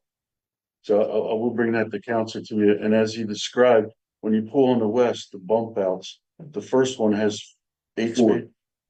The first bump has 8 total. 8 4 on total each side. spaces, 4 on each side. The next one has 2 on each side. And then right now in the ordinance, you have a 20-minute spot in front of what used to be Eric's Cleaners and one by what was Oswald's or Business Graphics. They're no longer in use. So instead of having those 2 on that block, we're proposing you have 4 on the second bump out. That's dead center of the street. It would assist. Not to talk out of school, but I understand a taco store might be going anywhere out. Time I've heard it, so I'm taking it as seriously. People are talking about it. But you have the ice cream place on that side, and the new stores are all gonna be food oriented. And then on this side, you have Lily's, you have West Ave, you have the White Horse. They could really be used for people running in to get the food, or the other stores too, to pick up their packages. So that it really seems like a good place for that. When you get up to the 600 block, we're recommending you leave both of those 20-minute spots in place. One is near the corner of Lidl, and the other's by the post office. They're existing, they're in the ordinance for saying leave them there. So you would end up with a total of 6 20-minute spots on West. But we think it serves the businesses and the public by recommending that. We turned to Leadham and we started discussing, okay, what can we do over here? And we have Rick's and we have Velvet Sky. Yep. Velvet Sky and Olive Lucy, who all have people that come in and out. Not as Olive Lucy, you shop a little longer, but definitely Mr. Rick's. And they double park in the middle of Leadham Street so that they could run in and grab their food and not be in a parking spot with a bad meter. So it doesn't work out. It would be a lot more, it would work a lot better. You've already approved the 20-minute spots out here. I saw them working on the signage today on that. So it would kind of encompass the whole business district, as Councilor Spindler was saying. So my question is, if I'm following it, the standard, if we go with Park Rover and these 20-minute spot, would that help simplify enforcement? Because, for example, with the 20-minute spots, they seem to be concentrated in, the business area. And logically enough, you might have some people who are figuring, well, I might have this little bit, but if somebody is making sure that, you're not abusing that. I mean, am I following? You are dead on following it. I would tell you that the vigorous enforcement mindset that we have right now, I think they would make sure that is held, that people are held accountable. Yeah, because that to me sounds reasonable. That's the trade-off. If you park at a 20-minute spot, you better not be there for a lot longer than 20 minutes because there'll be patrol. And there's no charge to park there. So you're not going to be allowed to use it. The other aspect of it that we thought being in the center of that block was the business owners could work with the borough, say, I have a delivery truck coming at 10 o'clock today. We will put cones across those 2 spots on that side. Their truck could pull in there, the street's not blocked, and they could make their deliveries, remove the cones, and it goes back to the 20-minute spots. So we'd have a delivery place right in the middle of the block. Andy's Chicken, I forgot about them. So it would really serve all those businesses. And that's a benefit also because it kind of, delivery trucks would understand there's a routine. People who live in the borough understand there's a routine. But when things are just like, well, there's the kiosk here and there's this there and there's this over there, it can be kind of hard to keep straight. Yeah, let's ask, so I'm understanding correctly. So there'd be 6 new spots on West Avenue. That would be 20. 4. It would be actually 4, 2 new ones. According to your ordinance now, there's 4. Oh, 4. So it'd be 2 new ones, but we'd be taking the 2 that are there now that aren't really there. The 2 that are in the ordinance that aren't physically on the street any longer, we'll centralize all 4 of those in one place, in the one bump outs. Okay. Like where it intersects with Johnson? Yes, well, it's between Johnson and the crosswalk at the Breezeway. West Avenue Grill Breezeway is where. Okay, Jeff. And then the by Mr. Ricks, that would be 4 spaces or There's 3 there. There's 3 there. and that's from the corner up, Yes. corner of Greenwood up. Okay. We have to add them to the ordinance that we've sent to you, but that is definitely something we talked about. And we have a map of it that looks good that Councilor Springer made for us. So you see the whole You know, the overhead of it. Thank you for that. It, are we all on board with this now? Yes. So, So no kiosks. what's your main concern with no kiosks? Well, here's what I'm gonna tell you. The kiosks and the enforcement software that we are looking to purchase we wanted to purchase in 2025. We would not have been able to purchase in 2025. We'd have to purchase it now with the kiosks. So we're talking about like we gave you the $25,000 upfront cost. If we want an extended warranty on the kiosk, it would be another $5,400 for a total of about $31,000. Enforcement software is married to the kiosk. So we would not be able to enforce anything if we don't have the enforcement software. That's about $16,000 upfront cost. And then every year after it's $76,000 or $7,600. So for 3 years, we pay roughly about 30 some thousand. But if we go with meter up, how would you enforce that? You would not use enforcement software? No, we need enforcement software in some way, shape, or form, unless you just don't want to use an enforcement software. I think it's beneficial to us in the long run for enforcement because we paid out just for our ticket books $4,800 for printing, and we're going through them, but like that's a lot of money for printing. You're not saying we have to have the kiosk to use these enforcement handhelds. You do not need the kiosk to do the Okay. enforcement handhelds, and we can delay the purchase of the enforcement and handhelds to 2025. Does that make sense? So we would not have to spend that additional 16,000 in 2024. We could push that to 2025. Right. I think we should go with either meter up or park mobile. But no, I mean, they say, We have never, I don't know what you're talking about with meter up. It's a company like Park Mobile. I think actually they're the same now. Same company. Yeah. Right. They're probably against each other. Yeah. Yeah. If you treated this like a trial with no kiosk and then we later decided to add them, is it kind of like that ship has sailed or? No, actually, I think we could purchase the kiosk without any problem because we'd be purchasing T2 as our enforcement software. We would go back to them, you'd get the most up-to-date quote. If you wanted to install kiosk later, you could. But you would have the enforcement software, you have the back office software, as they call it, being able to access the kiosk that would already be set up. Yeah. I think the 20-minute free parking is a good compromise for the people who might not have a smartphone. Right, I think it'd be really popular, right? Yeah. How does enforcement work on the 20-minute?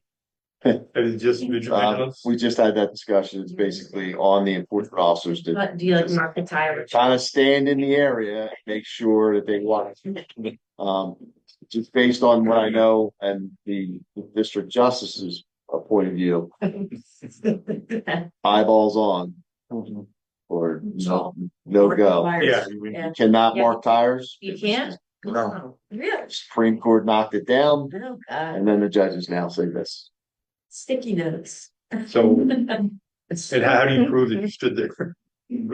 Well, the benefit of the key of the handhelds is you can scan the license plate. It will time and stamp that license plate when you scan it.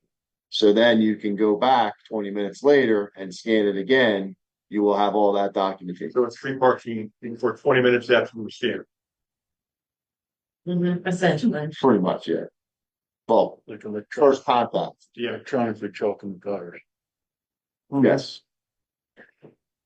I don't even know what the voting is. I know I'm waiting, but can you, if suppose you're legit, you do a 20-minute free parking legitimately, and you come back and the space in front of you is also a 20-minute free. Can you pull up into that and get No. 20 minutes? We'll make sure that we put in the ordinance that we cannot move from one spot to the next to gain another 20 minutes. All right, so we're just gonna make the motion. Excuse me? Is there a higher penalty if you say you're there for an hour? You need 20 minutes. That would be a $25 ticket. I can, yeah. So I move that we take to full council Or do we have to take it to full council or?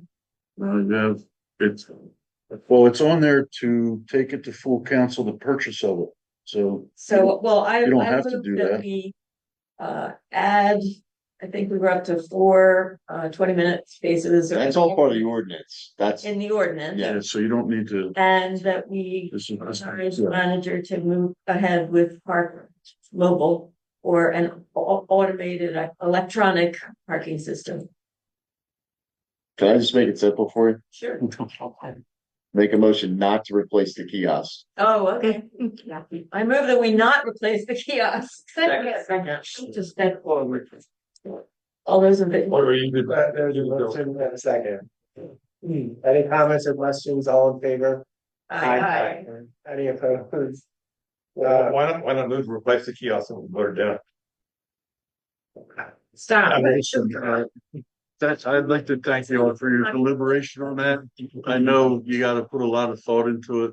We put a lot of work into bringing all that information to you, but I know it's an important decision. There's so many different aspects you have to look at, so. Well, it was good information to have because it made us realize the expense of it. Thank you. And just so everyone's aware, November 1st, we are on track to remove meters. Did Nicole fill up the dweller? Yeah, do they have any resale value? We don't know. We'll find out. The other issue is we're waiting for signs from Park Mobile, so it's all that November 1st is definitely based on the signage. We have to get posted before we can do it. Check municipal. Just Sure. see if they Just a sell. small, I'm sorry, Bill. sorry, just a small point of clarification. When we're saying that we're not going to replace the kiosk, I think what you meant was we're not going to replace them with the T2 system. But does that mean that we're going to maintain the ones we have indefinitely? No, So we're gonna be all electronic by the end of the year. The goal would be that if everything comes to play, November 1st, we would take those kiosks out of play. thank you. We have a party to do it. We think somebody would beat you to the punch with a sledgehammer. That's all I have to say. Some kind of something.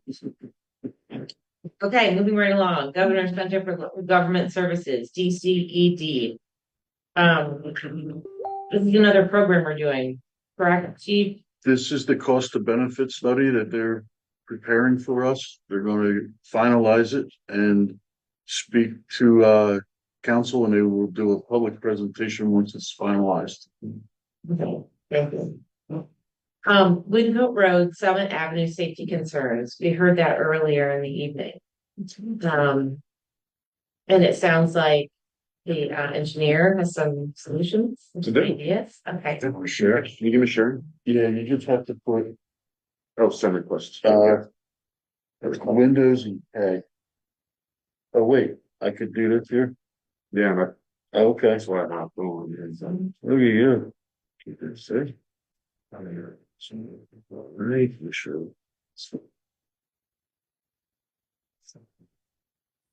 Starting with Summit and Winco, right? Yes. Action. As it collapses. I think so, yeah. It's not,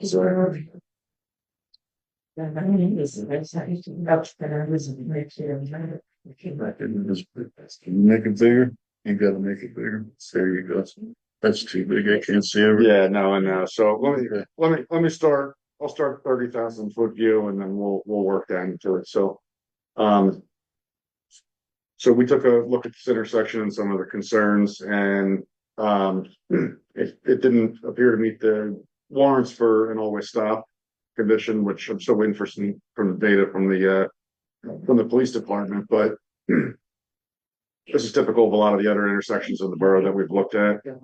And with the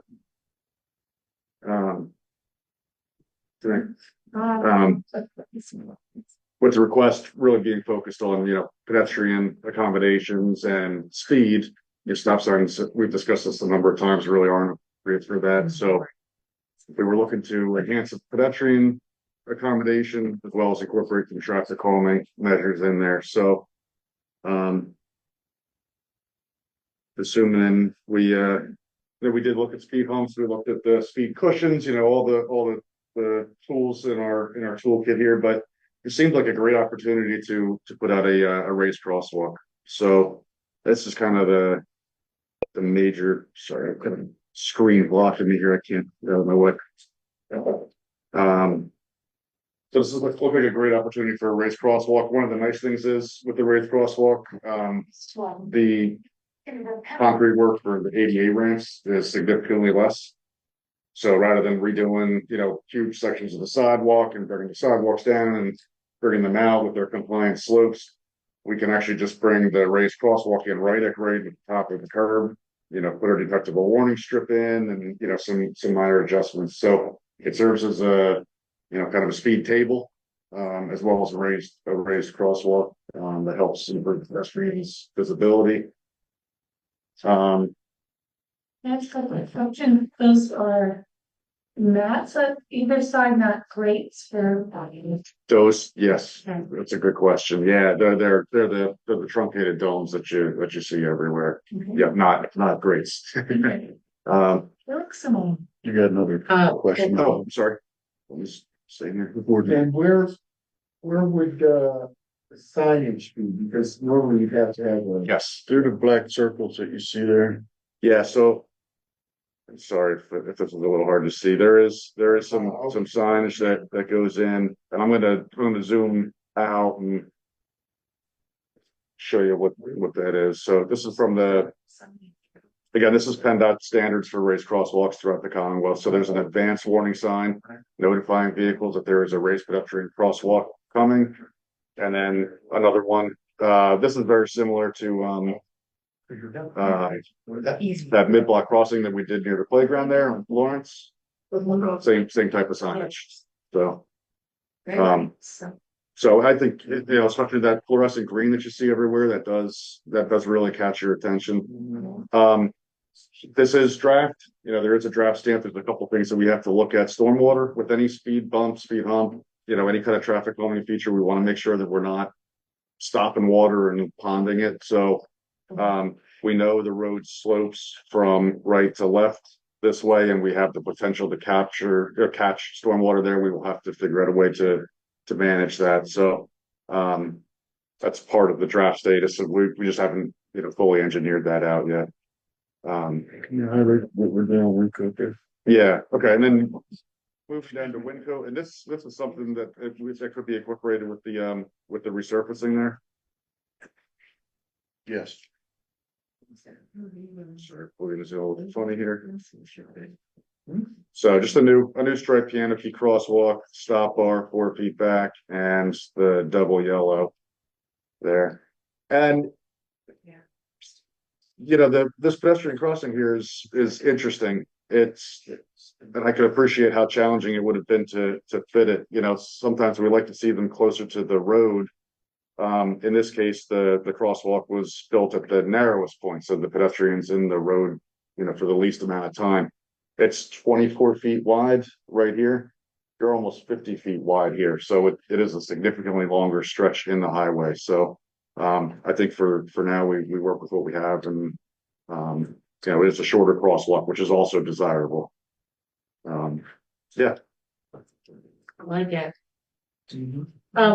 This isn't really, I guess, a question for you, but she had also mentioned about it being dark when the woman that was here earlier. And I know that we had replaced different lights around the borough. Yes. Were they ones that were replaced recently, or are they in the time from it being replaced? At the corners of, at most of the intersections, when we do LED lights on the corner of Lavender and the one in the middle of the block. And the one that we had at the corner of blocks around the room with extra shades on. Yeah. So that one part, yeah. That's what it was? Yeah. Okay. I mean, get the consortium to, I had the consortium check and make sure, but usually they're like 38 in the inner block or 38, and at the corner they were even 54 on the day. So yeah, I was wondering. And they do. She said, and I was also thinking, and they have a lot of trees in that area too.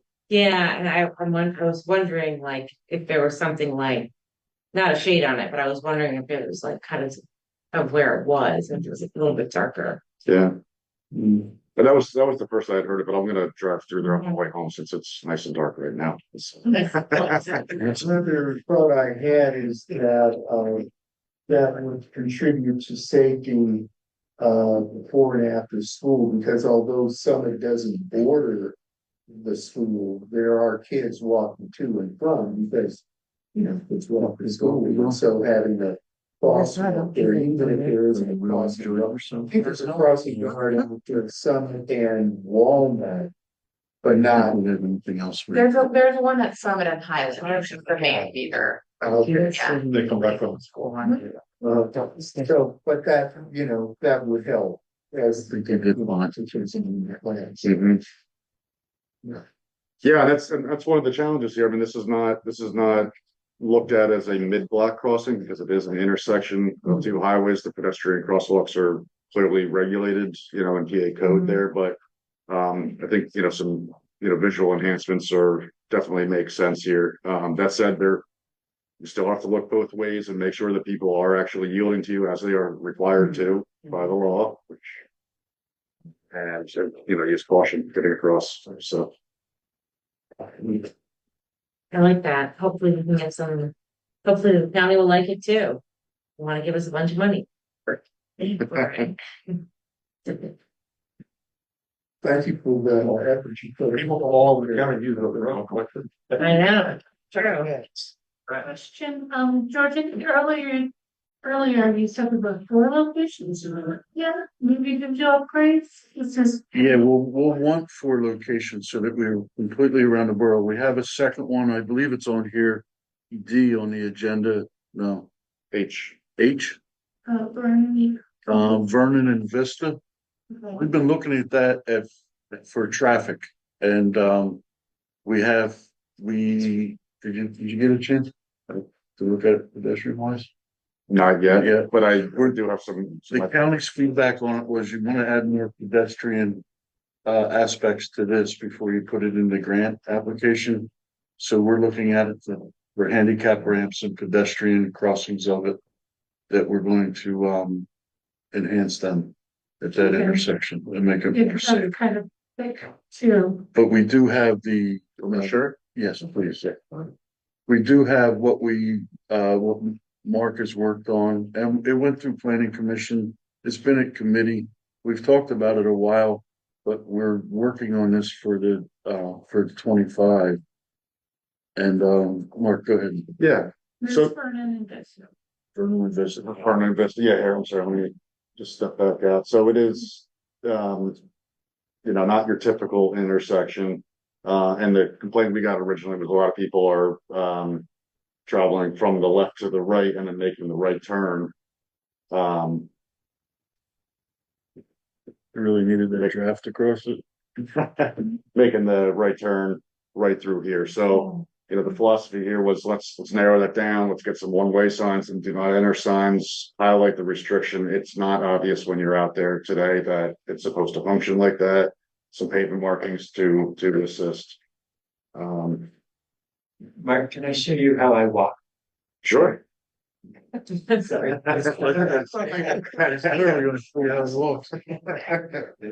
So,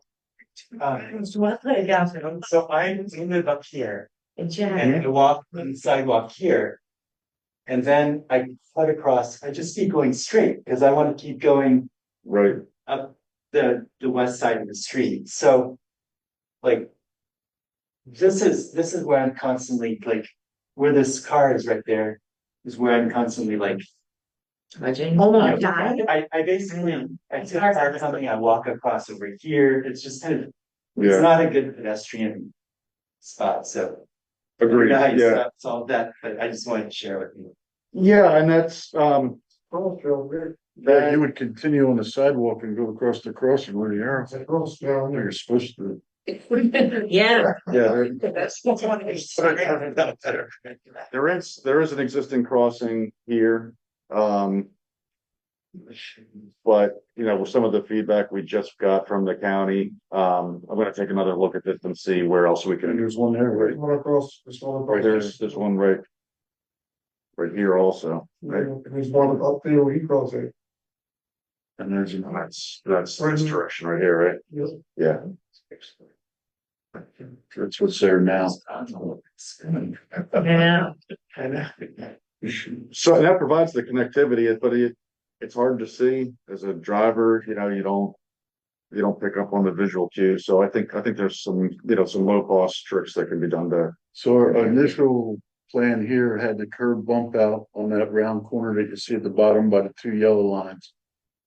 To extend that, as he said, if you're coming up Vernon, it's clear that you're making a left there. If you're coming up Vista, you're not gonna make a right in there. There's gonna be do not enter signs, gonna be that stop bar on the ground. And you will continue up Vernon, which is one way in the direction you're heading. So people won't go in Vernon the wrong way anymore. So that bump out with the curb. We'll be doing the crosswalks and the piano keys. If the ramps need upgraded, we would do that. But the signage would be the big, the fluorescent signage. So that bump out, that connection to the teardrop, right? This, let me zoom in, make sure I'm. It's across from the teardrop. It doesn't connect to Oh, it doesn't. So there you go. No, it's 16 feet off of I the think it's pollinator garden. 9:36. You need to keep this meeting. It leaves a travel lane if you're coming up Vernon that you can make a left onto Vista. Correct. You can make a left. That's all you can do. Yeah. So do we need to make a decision about this and move it forward, or are we, where, This was just informational, just information. It was Okay, it's just I like- informational tonight. Great, okay, okay, love it, let's go, let's bring it back. Third place is gonna be Walnut and Washington. Let's I'm talk sorry. about that one on another Okay. night. Can we do that? We're still in public safety. And we still When I started. now we have to talk about Cotman Street and Nice Avenue. Okay. The truck traffic vehicle concern. well, I think Gentleman the chief earlier. had a good solution I to think that, I can't remember what the it chief was, has but it all it made covered. sense. Yeah, Yeah. We You're- need to just update the ordinance to include Cotman Street, Oh, That would be it's a no great. truck print. Now, on when you Ninth say Street. common, you mean all of Cotton? all of Cotton. And Well- all of Nice. I don't think you all got. Well, because if got you the say shops. that there wouldn't be any heavy truck traffic, you have a lot of trucks coming out of the park. Well, that's why I stand corrected. George is right. Only the 300 block of Cotton. Okay, thank you. The 300 block of Cotton and the whatever block of Nice. It's all something here, right? and maybe also, maybe we can see if we can have some officers spend a little more time on, We've already addressed that. okay, awesome. And we just talked about distance. Okay, we just talked about this in Vernon. 2025 Interceptor Explorer replacement vehicle. We are going to I'll make a motion to move to full council the authorization for borough manager to move forward. Process of the plan 2025 purchase of the police vehicle. Second. In your second, is there any questions or concerns? We've been talking about this one for a while. Okay, all in favor? Thank you. Please report a unanimous vote. Let me just see if there's any updates. For the ongoing, did you have a multi-municipal coordination meeting with PennDOT? No, so no news there. And it looks like the traffic light upgrade to Runnymede and Walnut Street, the right of way discussions with the affected property owners will be scheduled. Correct? Okay, That's correct. fantastic. That's all I've got for public safety. Thank you very much. Okay, thank you, Public Works. Look, where, Tim, are you sorry you said it's dead? The paving project of Walnut Street from Washington Lane to Greenwood Avenue, you have a bid that we're working on, right? We do. Okay, Yeah, so the low bid was the same bidder, $147,777. great. So Okay. our award recommendation will be submitted for council meeting next week. Wonderful. All right. And it will include speed pillows Yes, on Walnut Street. correct. To replace the existing speed humps. Okay, and then the so the next thing is about the CDBG grant for ADA curb ramps. And we want to move to full council and authorization to award a waiver and an award and waiver of a 30-day RCO waiting period. So I move that. Second. All those in favor? I, Okay. Thank you. And Pico gas main replacement on Wincode Road is completed. York Road is doing night work. Homestead to Rydell. I don't know. Have they started there? Yes. They're up to, they're past Rydell now, right? Yeah, they're approaching hillside going down to the They're church. really moving. Ripping on south downside. I don't know. can I just say they're doing a great job. Like, keep, like, they work at night. And so I walk early in the morning, so I certainly, but. It's good to hear. Paving repairs to Town Square and other Borough Hall lots. Is that upcoming? Yes, we marked out a couple areas out here in the Borough Hall and lot, and we have an area over in Town Square as you're pulling off of Leadham. That is, it's in bad shape. Yeah. And Jim, I believe you marked them up already, and we have two pavers coming and giving us quotes. But they both need to be addressed before the winter. Great. And concrete apron repairs on Harper. That is the borough's apron. There's a right of way. If you leave Borough Hall or Borough Public Works Yard, there's a driveway that goes out the back. Well, it's used by an easement by a homeowner or a dentist. And the concrete's busted up and in bad shape. We got 3 quotes. I'll be quick with this story, but the first quote was $1,900. And I said, that's way too much money, Jim. You need 3 quotes. And the next one was like 29, and the next one was 35. It's like, everything just seems so expensive nowadays. But it's $1,900 to fix, and I believe he's scheduled, right? Yeah, we got a schedule, cause the driveway, we won't be able to drive on it. Right. We're gonna schedule it for Friday before Veterans Day. Downstairs, 2 public works trucks upstairs for emergency use, but that way we have it Friday, Saturday, Sunday, and Monday, nobody driving on it. And That's great. we have to schedule them guys. Thank you, Jim. Thank you very much. And then the 2018 DCD grant, Cedar to Walnut Stormwater, the work is complete. Oh my gosh, we need a party there. Everybody at Maureen's house. I did have a question for Blackbird, so. Good. And then an ongoing pedestrian accessible crossing of Washington Lane. I know that's project has to do with the grocery store. Is that correct? That is correct. You have an update about it, or? Yeah, but Christian, might hold it against me. It's late to be discussing it. Is there a We're working, decision? the Cedar Street's come along fine, that crossing. The one at Walnut Street was proposed to be a range crossing. And that's what we're trying to accomplish. We marked it all the work for drainage. It would have a little bit of a bump out on Walnut so that it would go straight across. Everything can work. The one last thing that we're looking into is a scenario of an emergency fire, say a fire truck went up Walnut to make a right onto Washington Lane. They would go over that raised crosswalk, or what would feel like a speed hump, in the middle of that turn. And there's no model that could tell us that that's acceptable or it would work. Okay, And we're investigating that. okay. I hope so, because I think that's gonna be a really significant crossing, and it really. We do too, and that's why Bye, Jay. Mark stayed on it. No, Jay's out. Bye, Jay. Well, thank you. We'll look forward to more updates. The 2024 PA DEP 902 grant, cycle 62 application for which lidded toters. We're still waiting to hear on that grant. Greenwood and Washington Lane, phase 2 of the Jenkintown Abington Connections project. I understand there's a ribbon cutting tomorrow, which I was told about this morning. So I don't know. Is anyone going? Jay, Great. I wish we had had a little bit sooner notification I heard about that. about it. Um. And the SEPTA flood mitigation stream restoration project, is that continuing? They continue to work there, Okay.